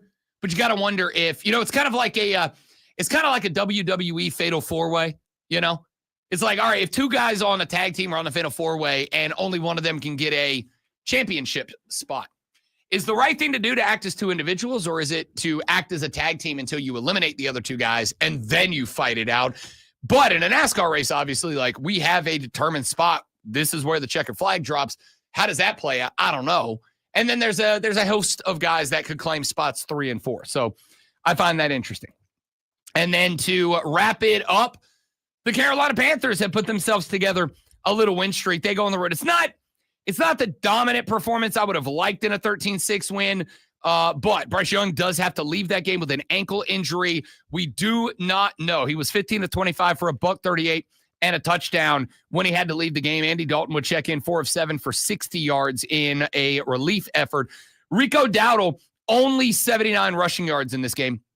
And they were honest about what they were going to do. They pretty much split the carries there. Rico had 17 carries. Chuba had 14. So lame. It's so lame. No, I agree. Rico should have got him out 25. I mean, you could see the energy change whenever Rico was in there and then go back down when Chuba was in there. Maybe they just need to prove it so they can go take them both in and show them the film and go, hey, man, I gave you a chance. Here's what we get here. Here's what we get with you. Sorry, we're going with Rico for the rest of the season. Probably not. They'll probably keep doing that. Should have just done that from this game, from Jump Street. I mean, I get where you get, especially when you get into a spot. That being said, story of the game, without a doubt, got to be Xavier Legette, right? 9 grabs, 92 yards, and a tutty. Yeah, but who was throwing to him? Bryce Young and Andy Dalton. When Andy Dalton got in there, suddenly he was keying on him. I don't know if you noticed that. I believe he got more passes with Andy Dalton in there than he did with Bryce Young in there. Suddenly he woke up, and it makes it look like Bryce just doesn't have it chemistry-wise with Xavier Legette. But I got news for you about who loses out if that's the case. I got news for you about who loses out if that's the case. Xavier Legette loses out. Correct. Because Andy's not going to be the guy going forward, probably. Correct. Now, we do have to find out what the long term of the ankle injury is for BY. It was, I believe they said it was a sprain, but they did not give a severity. If it is a high ankle sprain, that is multiple weeks out. If it's a low ankle sprain, may not miss a game. It's time. Pull the trigger. Go get Shador. Stop right now. Just stop right now. Justin Fields pulled from this game, 6 of 12, 46 yards. I got to tell you, I was really high on Justin Fields coming into the season. I think it's over. I think the Justin Fields experiment is over. I think that one is, I think this weekend was the weekend that one has to go night-night. 6 of 12, 46 yards, sacked 3 times for 21 yards, had a QB rating of 59. What was Tyrod Taylor's? 10 of 22, 126, a couple of picks, and a QB rating of 25.9. Okay, so that let's be real clear. That was the solution right there. I'm not saying Coach. I'm not saying Tyrod Taylor is the guy. I'm saying I'm pretty sure we can say at this point that Justin Fields ain't. Not after the last 2 weeks. I think that experiment is coming to its conclusion. I tell you what he is. He is on that team because you saw what the backup could do, so he still is it. You know what they should do? You know what they should do? Trade for Joe Flacco. I thought you were going to go Shador. No, they should trade for Joe Flacco. Continue my joke, but you just don't want to do that team thing. I don't want to do that team thing. I don't. No. All right. I don't know what to make of this. We'll see what the ankle injury is for Bryce Young. Hopefully we will get a status update today. What I do know is the Carolina Panthers have won 3 consecutive games. Granted, 2 of them against real bad teams in Miami and the Jets, but they were all barely, but they're still victories. Hey, you have said that a million times. I know. A dub's a dub at the end of the day. And by the way, you saw Princely got a sack. Scarton got a sack. Like, we started to see the young guys start to show up. I think Derek Brown had 3 sacks in this game, 2 or 3 sacks in this game. Defensive front 7 starting to wake up a little bit. That's a good thing for Carolina.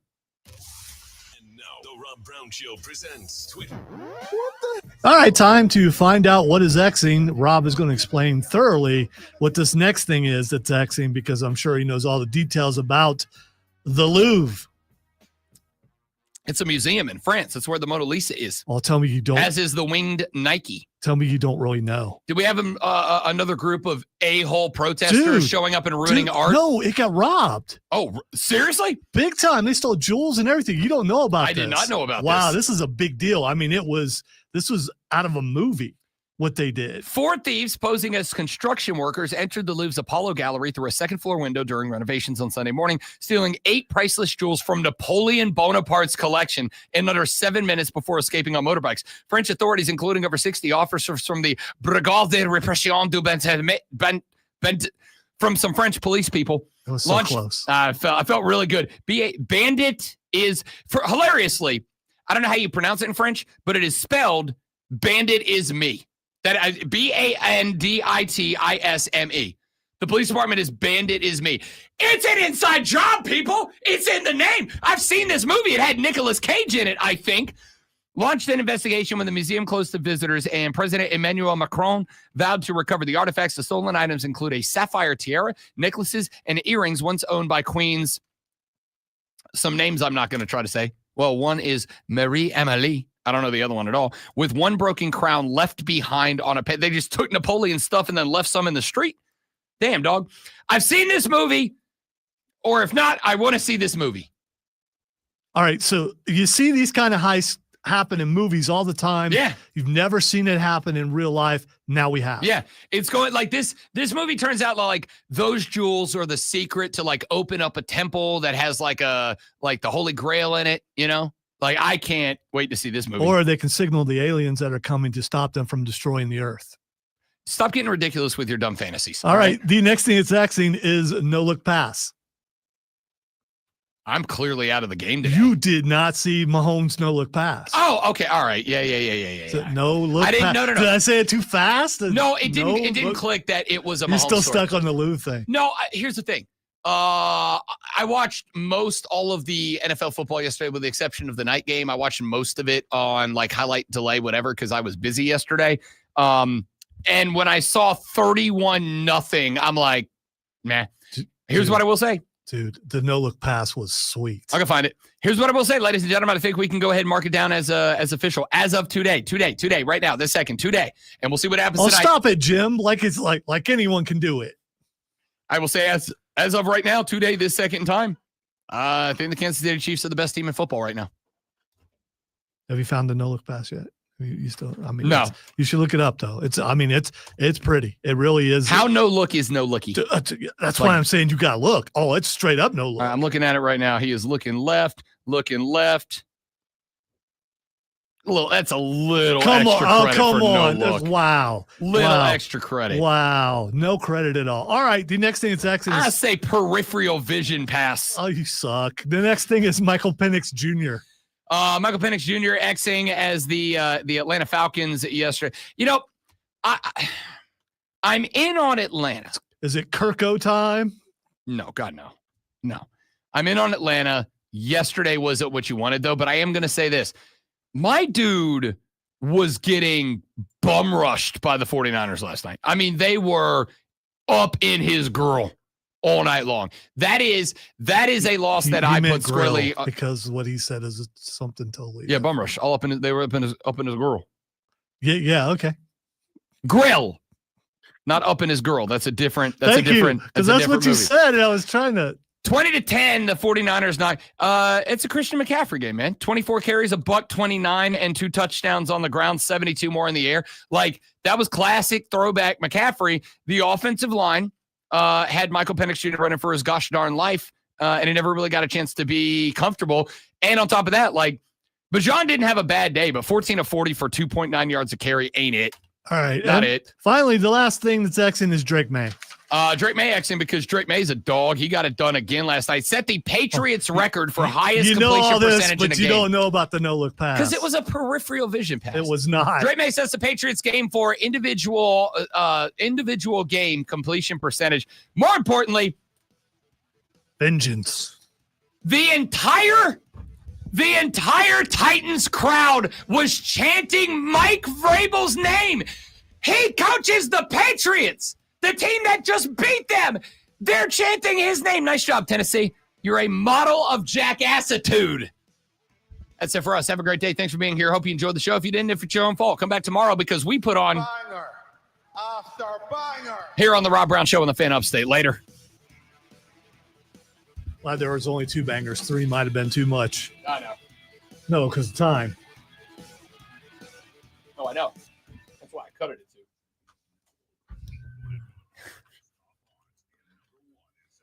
Oh, man. Well, that was fun. That was fun.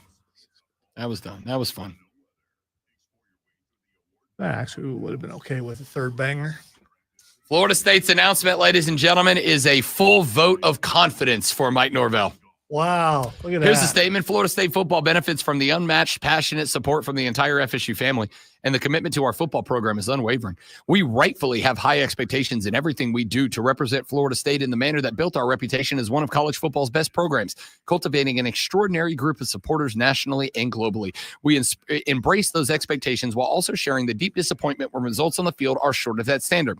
As we continue to move forward this season, our comprehensive assessment of the football program will be completed at season's end. Meanwhile, we are fully committed to helping Coach Norvell and the 2025 Seminoles strongly rebound in coming weeks. That statement, I can write it a lot shorter for you. We don't have $56 million to give to Mike Norvell right now, so we'll see you guys in March, is what that statement says right now. Unbelievable. A LeBron-esque announcement. Yes, it was. Yes, it was. That's exactly what that was. No, because LeBron's announcement led to a championship. Well, so in order for it to be LeBron-esque, Florida State would have to win a championship. Is that what a big you mean announcement? We're drinking Hennessy now. Yeah, but we called that. Everybody else got took. All right, that's it for us, guys. Thanks for being here. They probably did. They probably did use AI on their statement. Dude, it's pretty bad. It's pretty bad. Not just a statement of confidence, but a statement of confidence that we put exactly and precisely zero work into. Spectacular. All right, thanks for being here. Tell your friends about us. We want to get rich, famous, and retired. Y'all have a great day. Don't drink a job. Punch you in the face. See you back here tomorrow. Goodbye, Internet.